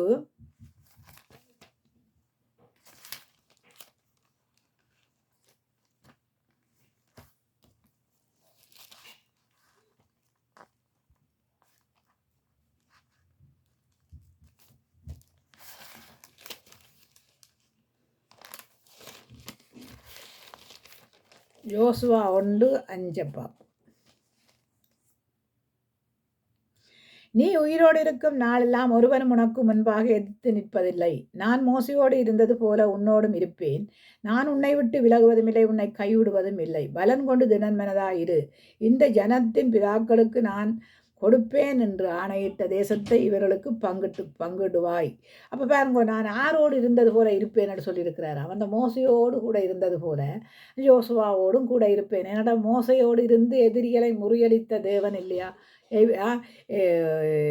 என்ன, எகிப்தியருக்கு சங்காரக்காரர்களை அனுப்பினான். எகிப்தியருக்கு சங்காரமும் இஸ்ரவேலர்களுக்கு பாதுகாப்புமான தேவனாயிருந்தார். அவர் கடந்து போகும்போது என்ன சொல்றார்? சாபம் உங்கள் மேலே வராதபடிக்கு இரத்தத்தை எடுத்து நிலையிலே காவல் பண்ணுங்க, எதிரியை உங்களை தாக்காதபடிக்கு. அப்ப நாங்கள் இனங்கண்டு கொள்ளக்கூடியவர்களாக இருக்க வேண்டும். எதிரியை நாங்கள் இனங்கண்டு கொள்ளவர்களாக இருக்க வேண்டும்.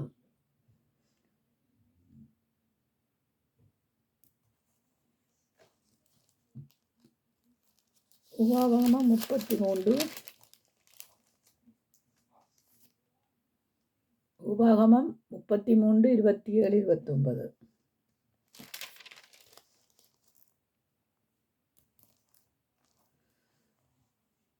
அநாதி தேவனே உனக்கு அடைக்கலம், அவருடைய நித்திய புயம் உனக்கு ஆதாரம். அவர் உனக்கு முன்னின்று சத்துருக்களை துரத்தி அவர்களை அழித்து போடு என்று கட்டளையிடுவார். பாருங்க, சத்துருக்களை துரத்தி அவர்களை அழித்து போடு.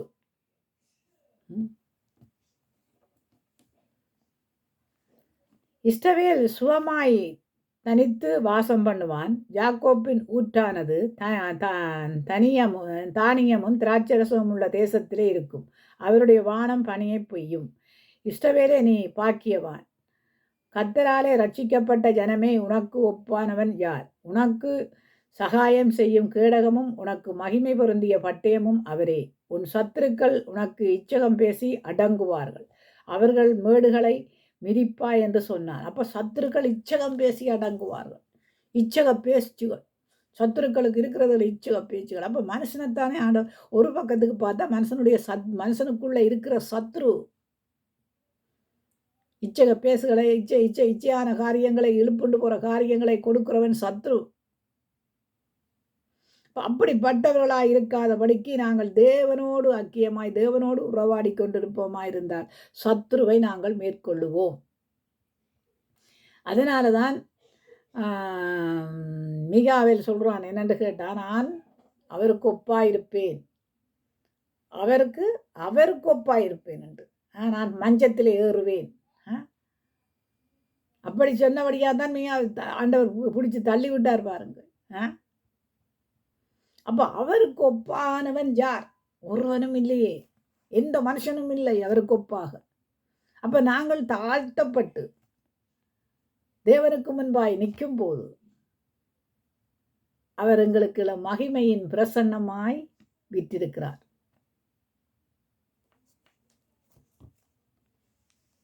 வனாந்திர வழியாய் கொண்டு போன மோசையே கானான் தேசத்துக்கு நுழைய முடியாமல் போனதுக்கு காரணம் என்ன? அவன் என்ன செய்தான்? அவன் சத்துருக்களை முறியடித்தான். அவனுடைய கையிலே கோல் இருந்தது. ஆண்டவர் அற்புதங்களை செய்து கொண்டு போனார். ஆனால் என்ன நடந்தது? அந்த கண்மலையில் நின்றவர் ஆண்டவர் அல்லவா? அவன் கண்டுகொள்ள முடியாமல் அவன் அடித்து விட்டான் பாருங்க. அதனால அந்த கானான் தேசத்துக்கு நுழைய முடியாமல் போனது மோசேக்கு. ஆனாலும் ஆண்டவர் பட்சபாதம் உள்ள தேவனோடு நினைக்கிறீங்களா? அவனை கொண்டு தானே அடக்கம் பண்ணினார். இன்று வரைக்கும் அவனுடைய அடக்கம் பண்ணப்பட்ட இது கண்டுபிடிக்க முடியாமல் இருக்கிறார் என்று பார்க்கிறோம். என்ன அவர் அவனை மோபாப் தேசத்தில் உள்ள பெட்மேயருக்கு எதிரான பள்ளத்தாக்கிலே அடக்கம் பண்ணினார். இந்நாள் வரைக்கும் ஒருவனும் அவன் பிரேதக்குழியை அறியான். இப்போ மோசையோடு எப்படி இருந்த ஆண்டவர் என்ன இந்த பாருங்க. இதிலேயே சொல்றார் என்ன, இஸ்ரவேல் புத்திரர் மோவாபின் சமனான வழிகளிலே மோசைக்காக 30 நாள் துக்கம் கொண்டாடினார்கள் என்று. மோசே நூனின் குமாரனாகிய யோசுவாவின் தன் கைகளை வைத்தபடியினாலே அவன் ஞானத்தின் ஆவியினாலே நிறையப்பட்டான். இஸ்ரவேல் புத்திரர் அவனுக்காக கீழ்ப்படிந்து பாருங்க, மோசையை போல யோசுவாவுக்கும் கீழ்ப்படிந்து வாழ்றான். அந்த கீழ்ப்படிவு நமக்குள்ள இருக்க வேண்டும். கர்த்தரை முகமுகமாய் அறிந்த மோசையை போல ஒரு தீர்க்கதரிசியும் இஸ்ரவேலிலே அப்புறம் எழும்பினது கிடையாது. அப்போ பாருங்க, அவன் அப்படிப்பட்டவன். ஆண்டவருக்காக ஓடினான் ஜனங்களை கொண்டு. ஒரு ஜனம் கொஞ்சம் ஜனம் நீங்கள் சபையில் வச்சிருக்கிற மாதிரி 100 150 ஜனங்களா? இல்லையே, கொள்ள ஜனங்களை கொண்டு போனான். அப்படிப்பட்ட மோசேக்கு அப்போ ஏன் முதலாவது தேவனுடைய ராஜ்யத்தையும் அவருடைய நீதியையும் சுதந்திரத்தையும் தேடுங்க, பிசாசுக்கு எதிர்த்து நில்லுங்க. இன்றைக்கு பிசாசை கொண்டு பக்கத்தில் வச்சு கொண்டு இருக்கிறோம் பாருங்க. என்ன பிசாசை கொண்டு பக்கத்தில் வச்சிருக்கிறோம்? ஆராதனை செய்கிறோம், துதிக்கிறோம், பாடுறோம். ஆனால் பிசாசை கொண்டு பக்கத்தில் வச்சிருக்கோம். அவ பாரு, இவ பாரு, இங்கே பாரு, அங்கே பாருன்றோம். என்ன சொல்லுங்க பாப்போம்? பெருமையும் சுயமும் ஈக்கோவும் பணாசையும் பொருளாசையும் மண்ணாசையும் எங்களை கொண்டு போய் மாம்ச சிந்தைக்குள்ள கொண்டு போகிறதுக்கு அவன் அப்படியே திருப்புறான் பாருங்க. அதனால தான் நாங்கள் பார்க்கிறோம், ஆதிகாமத்தில் பார்க்கிறோம் 3ஆம் அதிகாரம், சர்ப்பமானது ஏவாளை வஞ்சித்தது என்று பார்க்கிறோம். ஏன்னா வஞ்சிக்கப்படுகிறவர்கள் ஸ்திரிகள் தான். கூடுதலான வஞ்சிப்புக்குள்ளே வருகிறவர்கள் ஸ்திரியல். ஆண்கள் இப்போ இந்த காலத்தில் ரசிக்கப்பட்டிருக்கிறாங்க. ஆனால் மனைவிமாருடைய கதைகளை கேட்கிறவர்களும் இருக்கிறார்கள். ஆனாலும் ஆவிக்குரிய கண்களினாலே காண்கிறவர்களும் இருக்கிறார்கள். ஆவிக்குரியவர்களாக இருந்தால் ஆவிக்குரியவர்களை அறிந்து கொள்வீர்கள் என்று சொல்லப்பட்டிருக்கிறது இல்லையா? ஆவிகளை பகுத்தறிகிற ஞான வரத்தை நாங்கள் பெற்றிருந்தோம் என்றால் யாருக்குள்ள எந்த எப்படிப்பட்ட ஆவி இருக்கிறன்றதை கண்டுகொள்ள முடியும்.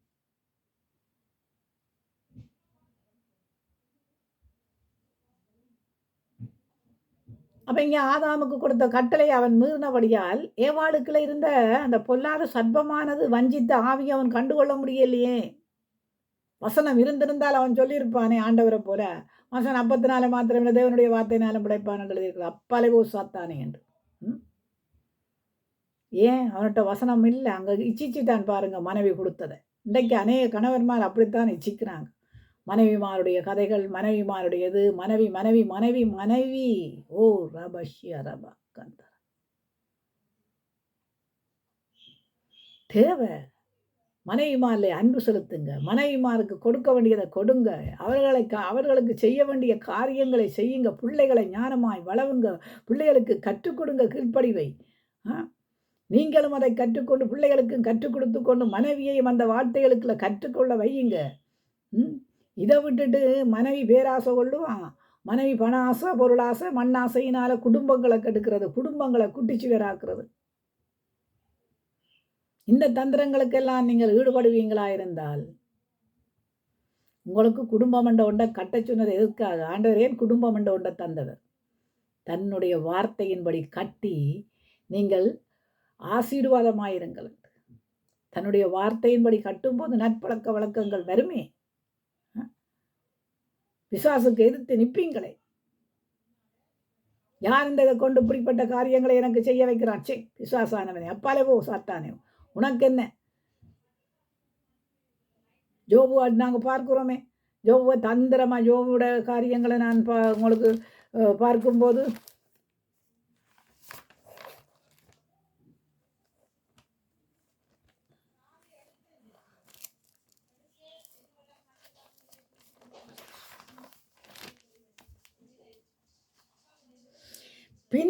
பின்பு ஒரு நாள் தேவபுத்திரர் கர்த்தருடைய சந்நிதியில் வந்து நின்ற போது, யார் வந்து நின்றதான்? தேவபுத்திரர்கள் கர்த்தருடைய சந்நிதியில் வந்து நின்ற போது சாத்தானும் அவர்கள் நடுவிலே கர்த்தருடைய சந்நிதியில் வந்து நின்றான்.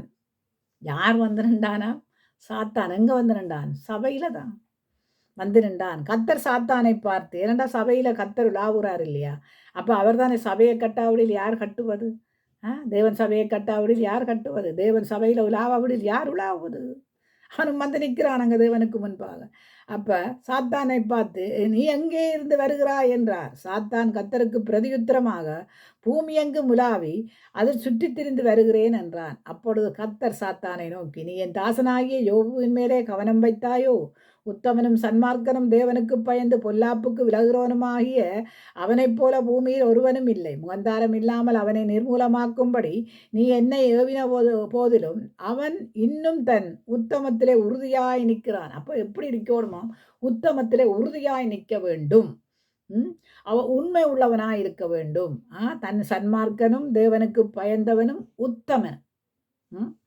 எப்படியானவனா? தேவனுக்கு பயந்திருக்கவன். தேவனுக்கு பயந்தவனுங்களுக்குள்ள பொருளாசை, மண்ணாசை, பெண்ணாசை, உலக ஆசைகளே வராதப்பா.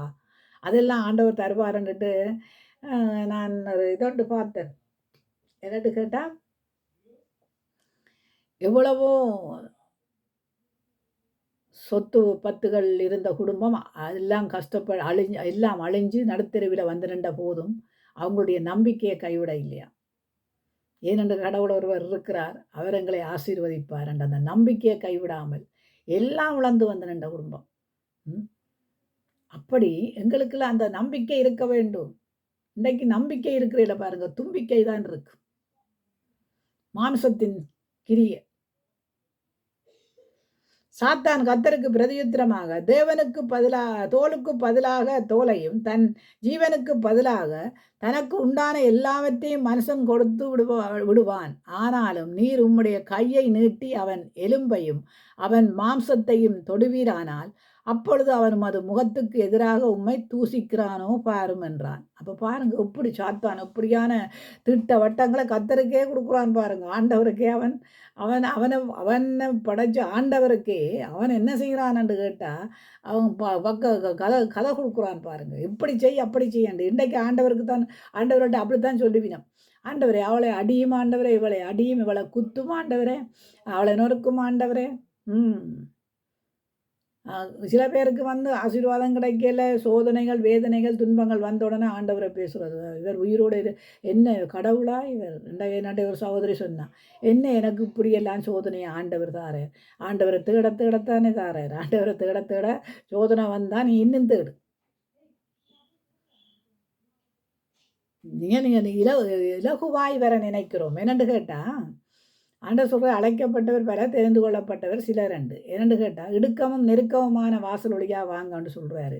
விசாலமான வாசல் வழியாக வருகிறதுக்கு நினையாதீங்கன்னு சொல்கிறாரு. ஆனால் நாங்கள் நினைக்கிறோம் என்னோட விசாலமாக வர வேண்டும், பிரச்சனை இல்லாமல் வர வேண்டும், துன்பங்கள் வேதனைகள் இல்லாமல் வர வேண்டும்.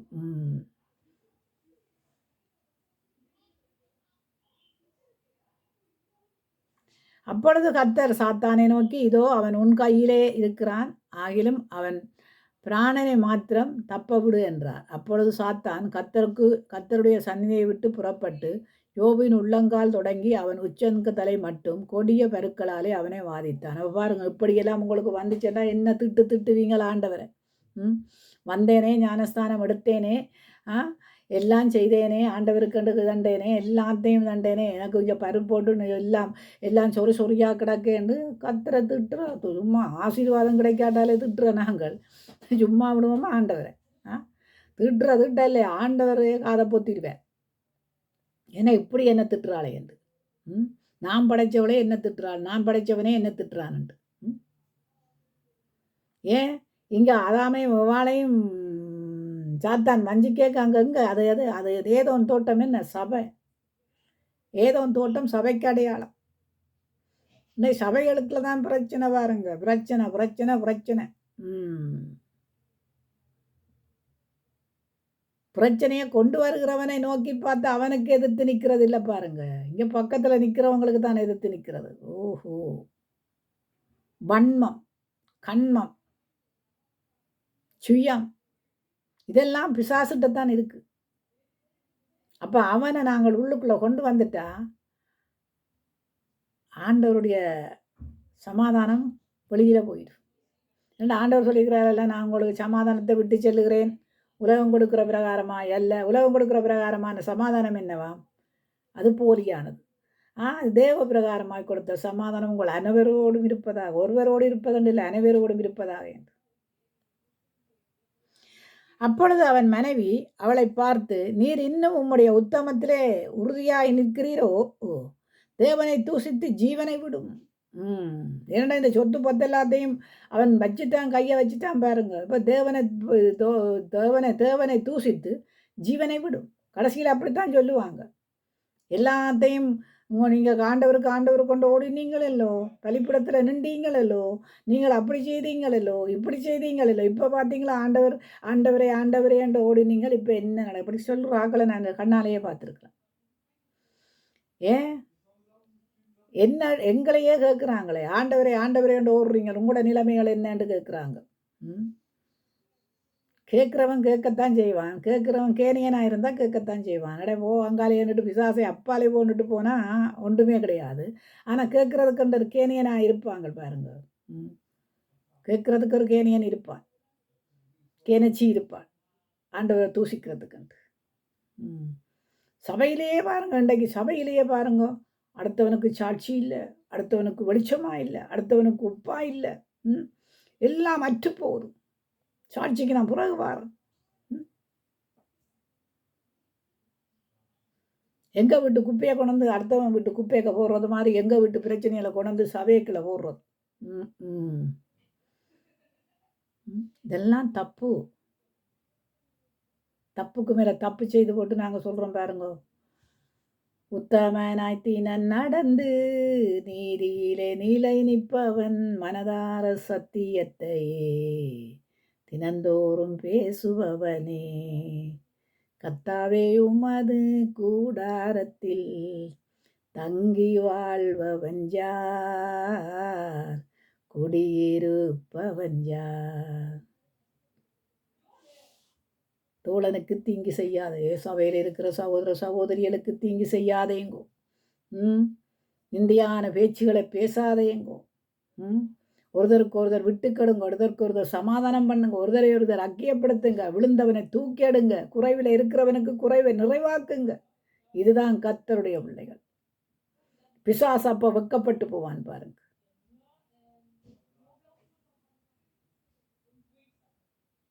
ஜோபு என்னத்திலையுமே ஆண்டவரை விட்டு கொடுக்கல பாருங்க. அதனால தான் ஜோபோடு ஆண்டவர் என்ன சுழல் காற்றுல இருந்து பேசுகிறார் பாருங்க. அம்மோ, இன்றைக்கு உங்களோட எல்லாம் பேசுவாருந்தா சொல்லி வேலையே கிடையாது. பேசுகிறதுக்கு இடம் கொடுக்குறீங்கள் இல்லையே. பேசுகிறதுக்கு எங்கே ஆண்டவர் பேசுகிறதுக்கு இடம் கொடுத்தா தானே ஆண்டவர் பேசுகிறதுக்கு. ஏனென்று கேட்டால் ஆண்டவர் பேசுகிறதுக்கு முன்னே நீங்கள் இங்கே சபைக்குள்ள என்ன நடக்குது? நாட்டுக்கூத்து நடக்குது.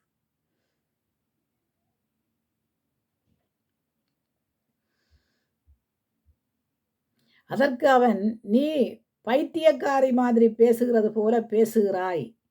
தேவன் கையிலே நன்மையை பெற்ற நாம் தீன்மையையும் புற வேண்டாமோ என்றான். இவைகள் எல்லாவற்றிற்கும் யோபு தன் உதடுகளினாலே என்ன செய்யலையாம்? பாவம் செய்யல. இன்றைக்கு பாவம் செய்கிறோம் பாருங்க. மனைவியின் கதையை கேட்டு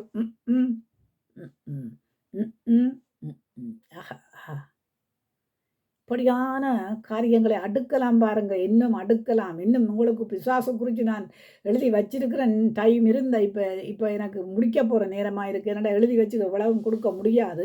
பிசாசுக்கு நாங்கள் எப்படிப்பட்ட எதிராள அவனை எதிர்க்கிறதுக்கு எங்களுக்கு என்ன வேணும் என்றது உங்களுக்கு நான் திட்ட தெளிவாக எபேசியர் 6, 10, 17 எல்லாம் உங்களுக்கு சொல்லியே வச்சிருக்கிறேன்.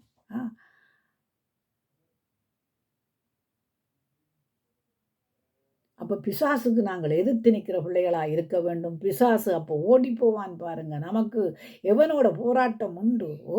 சபையில் வந்திருக்கிற சகோதரோட சகோதரிகளுடைய போராட்டம் உண்டு. அப்போ நாங்கள் இனங்கண்டு கொள்ள வேணுமா இருந்தால் சபைக்கு யார் இந்த பிரச்சனையை கொண்டு வரான்? வீடு வழிய தேவனுடைய பிள்ளைகளுடைய வீடு வழிய பிரச்சனைகளை கொண்டு வருகிறவன் யார்? அம்மா அப்பா அம்மா கவனமாக இருக்க வேண்டும். பிரசங்கிக்கிறவர்கள் கவனமாயிருக்க வேண்டும். ஊழியக்காரிகள் கவனமாயிருக்க வேண்டும். விசுவாசிகள் கவனமாயிருக்க வேண்டும். வாலிப பிள்ளைகளை நடத்தும் போது கறவல் ஆடுகள் மெதுவாய் நடத்தப்பட வேண்டும். அதற்குரிய வார்த்தைகள் நம்முடைய உள்ளத்துக்களே போக வேண்டும். ஆவி என்னும் பட்டயம் இருந்தால் தான் பிள்ளைகளின் ஜெயம் கொள்ள முடியும். பிள்ளைகள் ஆவி என்னும் பட்டயத்தால் ஜெயம் கொள்ளுகிறதுக்கு ஆவி என்னும் பட்டயம் சரியான விதத்தில் பிள்ளைகளுக்குள்ளே போகவில்லையே.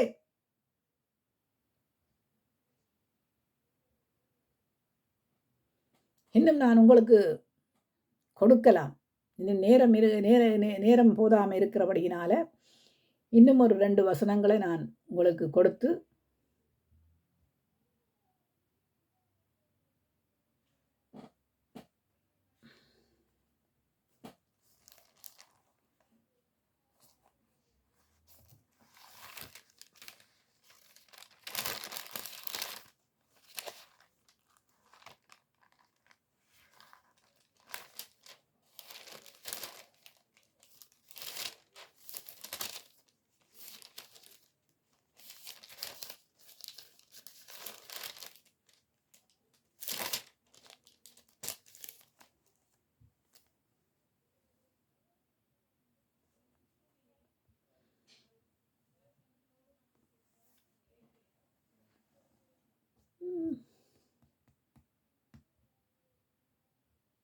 பாருங்க. அப்போ உபாகமம் 34 நாங்கள் பார்க்கிறோம். மோசே இந்த ஜனங்களை வழி நடத்தி கொண்டு போன மோசே மறிக்கிறதுக்கு முன்னம் அவனுக்கு எத்தனை வயதாம்? இஸ்ரவேல் புத்திரன் மோசே மறிக்கிற போது 120 வயதாக இருந்தான். அவன் கண் என்னவாம்? இருளடையல்ல பாருங்க.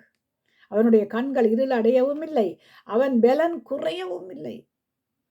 தாவீதை நாங்கள் பார்க்கிறோம். தாவீதுக்கு அனல் இருந்தது. உடம்புல அனல் இருந்தது மறிக்க போகும்போது.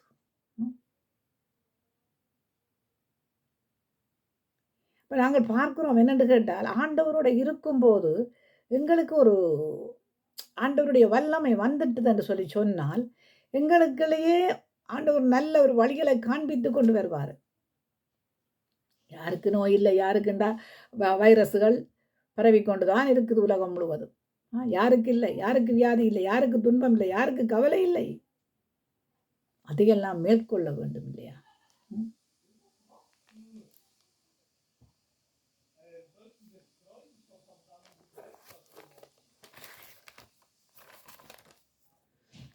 கொரிந்தியர் 15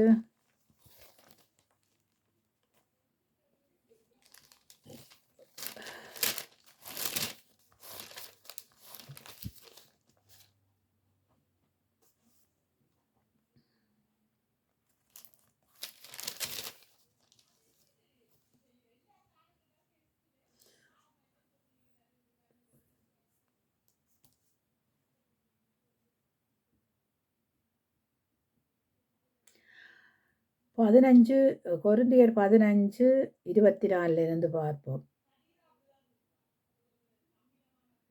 அதன் பின்பு முடிவு உண்டாகும். அப்பொழுது அவர் சகல துரத்தனத்தையும் சகல அதிகாரத்தையும் வல்லன்மையையும் பரிகரித்து தேவனும் பிதாவுமாயிருக்கிறவருக்கு ராஜ்யத்தை ஒப்புக் கொடுப்பார். அப்போ எல்லா சத்துருக்களையும் தமது பாதத்துக்கு கீழ்ப்படுத்தும் கீழ்ப்படு கீழ் கீழ் கீழ் கீழாக்கி போடும் வரைக்கும் அவர் ஆளுகை செய்ய வேண்டியது பரிகரிக்கப்படும் கடைசி சத்துரு மரணம். அப்போ கடைசி சத்துரு எதுவாம்? மரணம். அப்போ எல்லா சத்துருக்களையும் அவர் கடைசி காலத்தில் என்ன செய்வாராம்னு சொன்னால்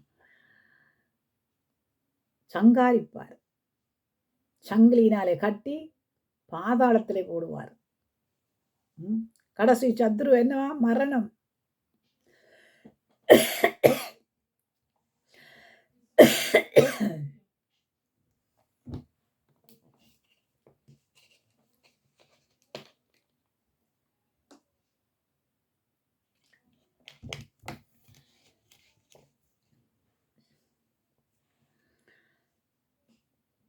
இன்றைக்கு நான் இந்த வசனங்கள் கொடுக்க வேணுமென்ற இதுகளில் இருக்கையில் ஏனென்று கேட்டால் எனக்கும் கொஞ்சம் இன்றைக்கு உடம்புகள் சரியில்லை. ஆனாலும் ஆண்டவருடைய வசனங்களை நாங்கள் கொடுத்தே ஆக வேணும். அதில் அசதியாயும் அசட்டையாயும் நாம் இருக்கக்கூடாது. அப்படியே பார்க்கிறோம். சகலத்தையும் அவருடைய பாதங்களுக்கு கீழ்ப்படுத்தினாரே, ஆகிலும் சகலமும் அவருக்கு கீழ்ப்பட்டிருக்கப்பட்டதென்றும் சொல்லியிருக்கும் போது சகலத்தையும் அவருக்கு கீழ்ப்படுத்தினவர் கீழ்ப்படுத்தப்படவில்லை என்பதும் வெளியாயிருக்கிறது. அப்படியே நாங்கள் 33 பாவம். மோசம் போகாதிருங்கள், ஆகாத சம்பாசனைகள் எல்லாம் நல்லொழுக்கங்களை கெடுக்கும். அப்போ நல்லொழுக்கங்களை கெடுக்கிறது யாராம்? பிசாசு. அப்போ நல்லொழுக்கங்களை கெடுக்கிற ஆகாத சம்பாசனைகள் நமக்குள்ள இருக்கக்கூடாது. இரண்டு கேட்டால் நாங்கள் கண்டுகொள்ள வேணும். ஒருத்தர் நாங்கள் கண்டு இனங்கண்டு ஆகாத சம்பாசனைகளை விட்டு விலக வேணும். எப்படிப்பட்ட காரியங்கள் நமக்குள்ள இருக்க வேணும் என்பது தேவனுக்கு பிரியமான காரியங்களை நாங்கள் செய்ய வேண்டியவர்களாக இருக்கிறோம்.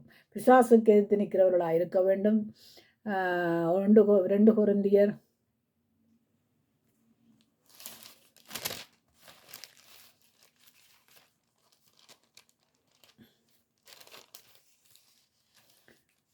2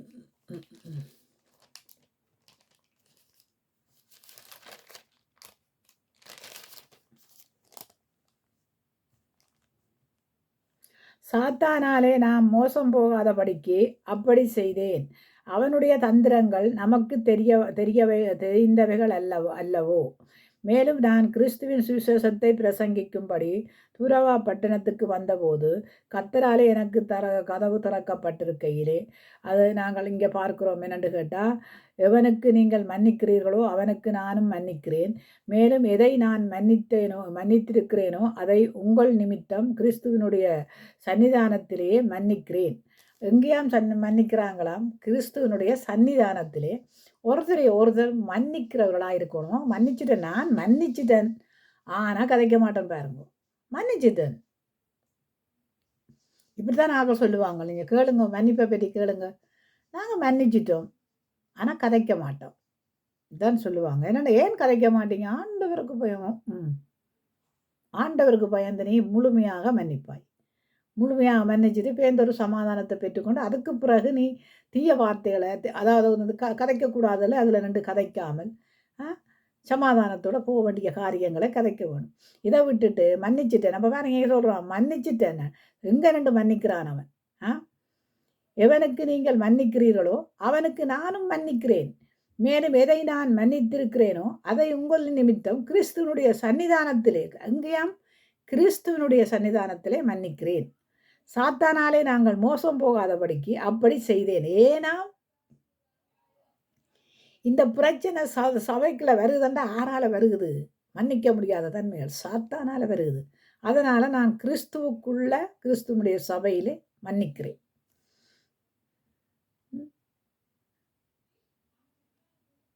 சாத்தானாலே நான் மோசம் போகாதபடிக்கு அப்படி செய்தேன். அவனுடைய தந்திரங்கள் நமக்கு தெரியாதவைகள் அல்லவே. அவனுடைய தந்திரங்களை என்ன பிரச்சனைகளை கொண்டு வந்து அப்படியே மூட்டி விட்டுட்டு வேடிக்கை பார்ப்பான் பாருங்க. ஓ ஓ ஆனால் அதெல்லாம் சில பேருக்கு தெரியாதது இல்லை, தெரியும். ஆனால் தெரிஞ்சும் என்ன செய்கிறது சொல்லுங்க, குடும்பத்தை பிரிக்கிறது, கொள்ளை அடிக்கிறது, ஆ அதே அவங்களுக்கு வழக்கமாகவே போய்விடும். சபைன்றது குடும்பம். சபைகளுக்குள்ள அப்படிப்பட்ட காரியங்கள் நடக்கக்கூடாது. சபை குடும்பங்களுக்குள்ளேயும் அப்படி நடக்கக்கூடாது. ஜெபம் இருக்கணும், துதி இருக்கணும், பாடல் இருக்கணும். கர்த்தரை தேடுகிற நேரங்களை அதை செலவழிக்கணும். கர்த்தருக்கென்று செலவழிக்கணும். சுவிசேஷ வாசல்கள் அவனுக்கு திறக்கப்பட்டது பாருங்க. அதனால தான் நான் பவுலடியான நான் பேந்து நான் உங்களுக்கு பார்க்குறேன் கலாதி நல்ல போராட்டத்தை போராடினேன், விசுவாசத்தை காத்துக்கொண்டேன், நீதியின் கிரீடம் எனக்கு வைக்கப்பட்டிருக்கிறது என்று சொல்கிறான் இல்லையா? நல்ல போராட்டத்தை போராட போகணும். போராட்டம் நமக்கு யாரோடு? பிசாசோடு. சிலம்பம் பண்ணி நான் பாருங்க. நான் உங்களுக்கு மிகுதியை நான் பிறகு கொண்டு வந்து உங்களுக்கு கொடுக்குறேன். நாங்கள் இப்படிப்பட்ட காரியங்களை நாங்கள் தேவ பிள்ளைகளாகிய நாங்கள் சபைகளிலே சத்ருவுக்கு எத்தினிக்க வேண்டும். வீடுகளிலே நாங்கள் ரட்சிக்கப்பட்ட குடும்பங்கள் என்று சொல்லுகிறோம். வீடுகளில் வந்து ஏன் எதற்கான பிரச்சனைகளுக்கு ஒரு சொல்யூஷன் இருக்கு இல்லையா? என்ன காரணத்தால் பிரச்சனைகள் வருகுதென்றால் பண ஆசை, பொருள் ஆசை, மண் ஆசை, சில பேருக்கு உடுப்பு ஆசை. எல்லா ஆசையும் சும்மா மாம்சத்தில் நாங்கள் நடக்க இல்லைன்னு சொல்ல மாட்டோம். மாம்சத்தில் நடக்க இன்றைக்கு வரைக்கும் நான் உங்களுக்கு ஒரு சாட்சி ஒன்று சொல்லணும் கேளுங்க. இந்த வரைக்கும் நான் இன்னது வாங்க வேண்டும் என்ற ஒரு ஆசைப்பட்டது கிடையாது. எனக்கென்ற ஒரு ஆசை, எனக்கென்ற ஒரு விருப்பம், எனக்கென்ற ஒரு நோக்கம் அப்படி என்றது ஒரு சிந்தனையே கிடையாது. ஆனால் எல்லாமா இருக்கிற தேவன் எனக்கு இன்னது வேணுமென்று அறிஞ்சிருக்கிறார். எனக்கு அந்த பணம் வேணும், பகட்டான காரியங்கள் வேணும், அது வேணும், இது வேணும், நகை வேணும், நட்டு வேணும், அது வேணும், இது வேணும், அதுக்காக குடும்பத்தை பிரிக்க வேணும், கொள்ளையடிக்க வேணும் என்ற நோக்கங்கள், அப்படியான நோக்கங்கள் என்னுடைய வளர்ச்சியில் இல்லை, வளர்ச்சியிலையும் இல்லை, இன்ற வரைக்கும் முதிர் வயதான பிறகும் இல்லை. அதனாலே ஆண்டவர் என்ன இதுவரைக்கும் நடத்தி கொண்டு வரார். ஒன்றுலையும் என்ன குறைபடாமல் நடத்தி கொண்டு வரார். ஒன்றுலையும் குறைபட இல்லை பாருங்க. குறைவொன்று சொல்கிறதுக்கு நான் அதான் சொல்கிறேன் உங்களுக்கு என்னென்னு கேட்டால், ஒன்றை ஆண்டவர் தந்தாரண்டா தந்தன்னு சொன்னீங்கண்டா அதே அவருக்கு சந்தோஷம். ஒன்றும் எனக்கு கர்த்தர் குறைபடாக விட இல்லை. சாப்பாட்டிலேயோ அல்ல என்னத்திலேயாவது. ஒரு நான் இன்றைக்கு ஆண்டவரே நீங்கள் சொல்லுவீங்க என்னென்னு கேட்டால் கிறிஸ்மஸ் வருகுது, நியூ இயர் வருகுது, இத்தனை ஞாயிறு வருகுது, அந்த உடுப்பெடுக்கணும், இந்த உடுப்பெடுக்கணும், அந்த இது இருக்கணும். தானாகவே எனக்கு வந்து சேரும். ஒரு சோப்பு வேணும் ஆண்டவரே என்று நீங்கள் கேட்டு பாருங்க. அது சோப்பாக வேணும். 2 வருஷத்துக்குரிய சோப்பு வரும். அப்படிப்பட்ட காரியங்களை ஆண்டவர் நமக்கு அனுதினமும் ஏனென்று கேட்டால் ஆசைப்படுறது மோசத்தை கொண்டு வரும். ஆசை மோசம். அதான் சொல்கிறேனே, பாவத்தின் சம்பளம் என்னவா? மரணம். அப்போ பாவம் என்றால் என்ன? எங்களுக்குள்ள இருக்கிற மாம்ச சிந்தைகள்லாம் பாவம். ஆவியின் சிந்தனையில் இருப்போமா இருந்தால் ஆண்டவர் ஆளுகை செய்கிறவர் நமக்கு தருவார் இல்லையா? அதான் நான் சொல்ல அவர் ஐஸ்வர்ய சம்பந்தன். தேவையான அனைத்தையும் அவர் மிகுதியாய் தருவாராம். யாரோ ஒரு மனுஷன் ஊடாய் கொண்டு வந்து தருவார், யாரோ ஒரு மனுஷி ஊடாய் கொண்டு வந்து தருவார், யாரோ ஒருத்தர் கொண்டு வருவாங்க. நீங்கள் அவரை தேடும் போது எத்தனையோ பேர் சாட்சி சொல்கிறாங்க இல்லையா? ஆண்டவர் எனக்கு இப்படி செய்தார், அப்படி செய்தார். ஏனென்று கேட்டால் எல்லாத்தையும் படைத்தவர் அவர் ஒருவர் தானே. அப்போ அவருடைய நோக்கம் என்ன? நீ இப்படித்தான் வாழ வேணுமெண்டா அப்படித்தான் வாழணும், நீ இப்படித்தான் இருக்கணுமெண்டா அப்படித்தான் இருக்கணும். இதை விட்டுட்டு பேராசை கோடி தரித்திரம்னு சொல்லுவாங்க இல்லையா? ஆனால் இந்த பூமியிலேயே எல்லாம் அழிஞ்சு போகும். போதுமன்ற அளவுக்கு வாழ்ந்தால் மனச்சந்தோஷமாய் வாழலாம். அப்படி வாழக்கூடியதை கற்றுக்கொள்ள வேணும். ஏன்னு கேட்டால் நாங்கள் அப்போ எங்களுக்கு அந்த ஆசையை ஊற்றுறவனாராம் பொல்லாங்கானவன் பிசாசு. அவனுக்கு தெரியும் எங்களுடைய ஆசைகள் என்ன, இவர்களுக்குள்ள இருக்கிற சிந்தனைகள் என்ன, எல்லாம் அறிவானவன். இரண்டு ஆண்டவரை இருதயத்தின் நினைவுகளை அறிந்தவர். அவனிடத்துல இருந்து வல்லமையை பிடுங்க இல்லையா ஆண்டவர். அதனாலே அவனும் அறிஞ்சு கொள்வானே. நான் கன வருஷத்துக்கு முன்னம் ஒரு பாஸ்டரோட சொன்னார் என்னன்னு கேட்டால், தான் வந்து சபை முடிஞ்சு மனைவி பேபி வயிற்றில் சபை முடிஞ்சு கடைக்கு போயிட்டு வருவோம்ட்டு போகும்போது ஒரு சாத்திரக்காரன் வந்து சொன்னாராம், உனக்கு பிறக்க போகிறது பெண் பிள்ளையண்டு. அவர் சொன்னார் என்னென்று கேட்டால், எனக்கு தெரியும் தானே எனக்கு பிறக்க போகிறது பொம்பளை பிள்ளையண்டு. அது ஏனென்றால் அவனுக்கும் ஆண்டவர் வல்லமையை கொடுத்துருக்கிறார் இல்லையா, அவன் கண்டுகொள்ளுவான். அவன் எல்லாம் கண்டு கொண்டபடியாத்தான் எல்லாருக்குள்ளேயும் போய் அப்படி பூந்து ஓடி வேட்டையாடுறான். அப்போ அவன் வேட்டையாடுறதுக்கு நாங்கள் என்ன செய்கிறோமா, இடம் கொடுக்குறோம் பாருங்க. இடம் கொடுக்குறோம். சில பேர் நாள் பார்க்குறது, நட்சத்திரம் பார்க்குறது, குறி சொல்கிறது, அதுகளுக்குள்ளே போய் விழுகிறது. ஏங்க எல்லா நாளும் நல்ல நாளாண்டு தானே ஆண்டவர் படைச்சிருக்கிறார். இதுக்குள்ளே ஒரு நாள் பார்க்க அப்போ உங்களோட பிள்ளைகள் ஒரு அட்டமி அமாவாசையில் பிறந்துட்டுதுன்னு சொன்னால் கொண்டு என்ன செய்வீங்க? டாட்டா ஓடுவீங்க. எல்லாம் பொய்க்கதை, பொய்யான புரட்டான கதைகளை உங்களை சொல்லி பிசாசானவன் தன் பக்கமாய் திருப்புறான் பாருங்க. அழிஞ்சு போகிற ஆத்துமா அழிஞ்சு போகுதுன்னு சொன்னால், அழிஞ்சு போகிறதுக்கு பிசாசை தேடினா தான் ஆத்துமா அழிஞ்சு போகும். நீங்கள் பிசாசை தேடாமல் ஆண்டவரை தேடி பாருங்க, அந்த ஆத்துமா பரிசுத்தமாக இருக்கும். பரிசுத்தமாக இருக்க வேணுமென்னா நாங்கள் பிசாசுக்கு எதிர்த்து நிற்கிறவர்களாக இருக்க வேண்டும். அப்பொழுது அவன் ஓடிப்போவான். யாராயிருந்தாலும், ரட்சிக்கப்பட்டவர்களாக இருந்தாலும் ரட்சிக்கப்படாதவர்களாக இருந்தாலும், இந்த இப்படியான சம்பிரதாயங்கள் கர்த்தருக்கு பிரியமில்லாத காரியங்கள். ஆண்டவர் ஒருவர் இருக்கிறார் என்றதை நாங்கள் நினைச்சு பார்க்கணும். அவன்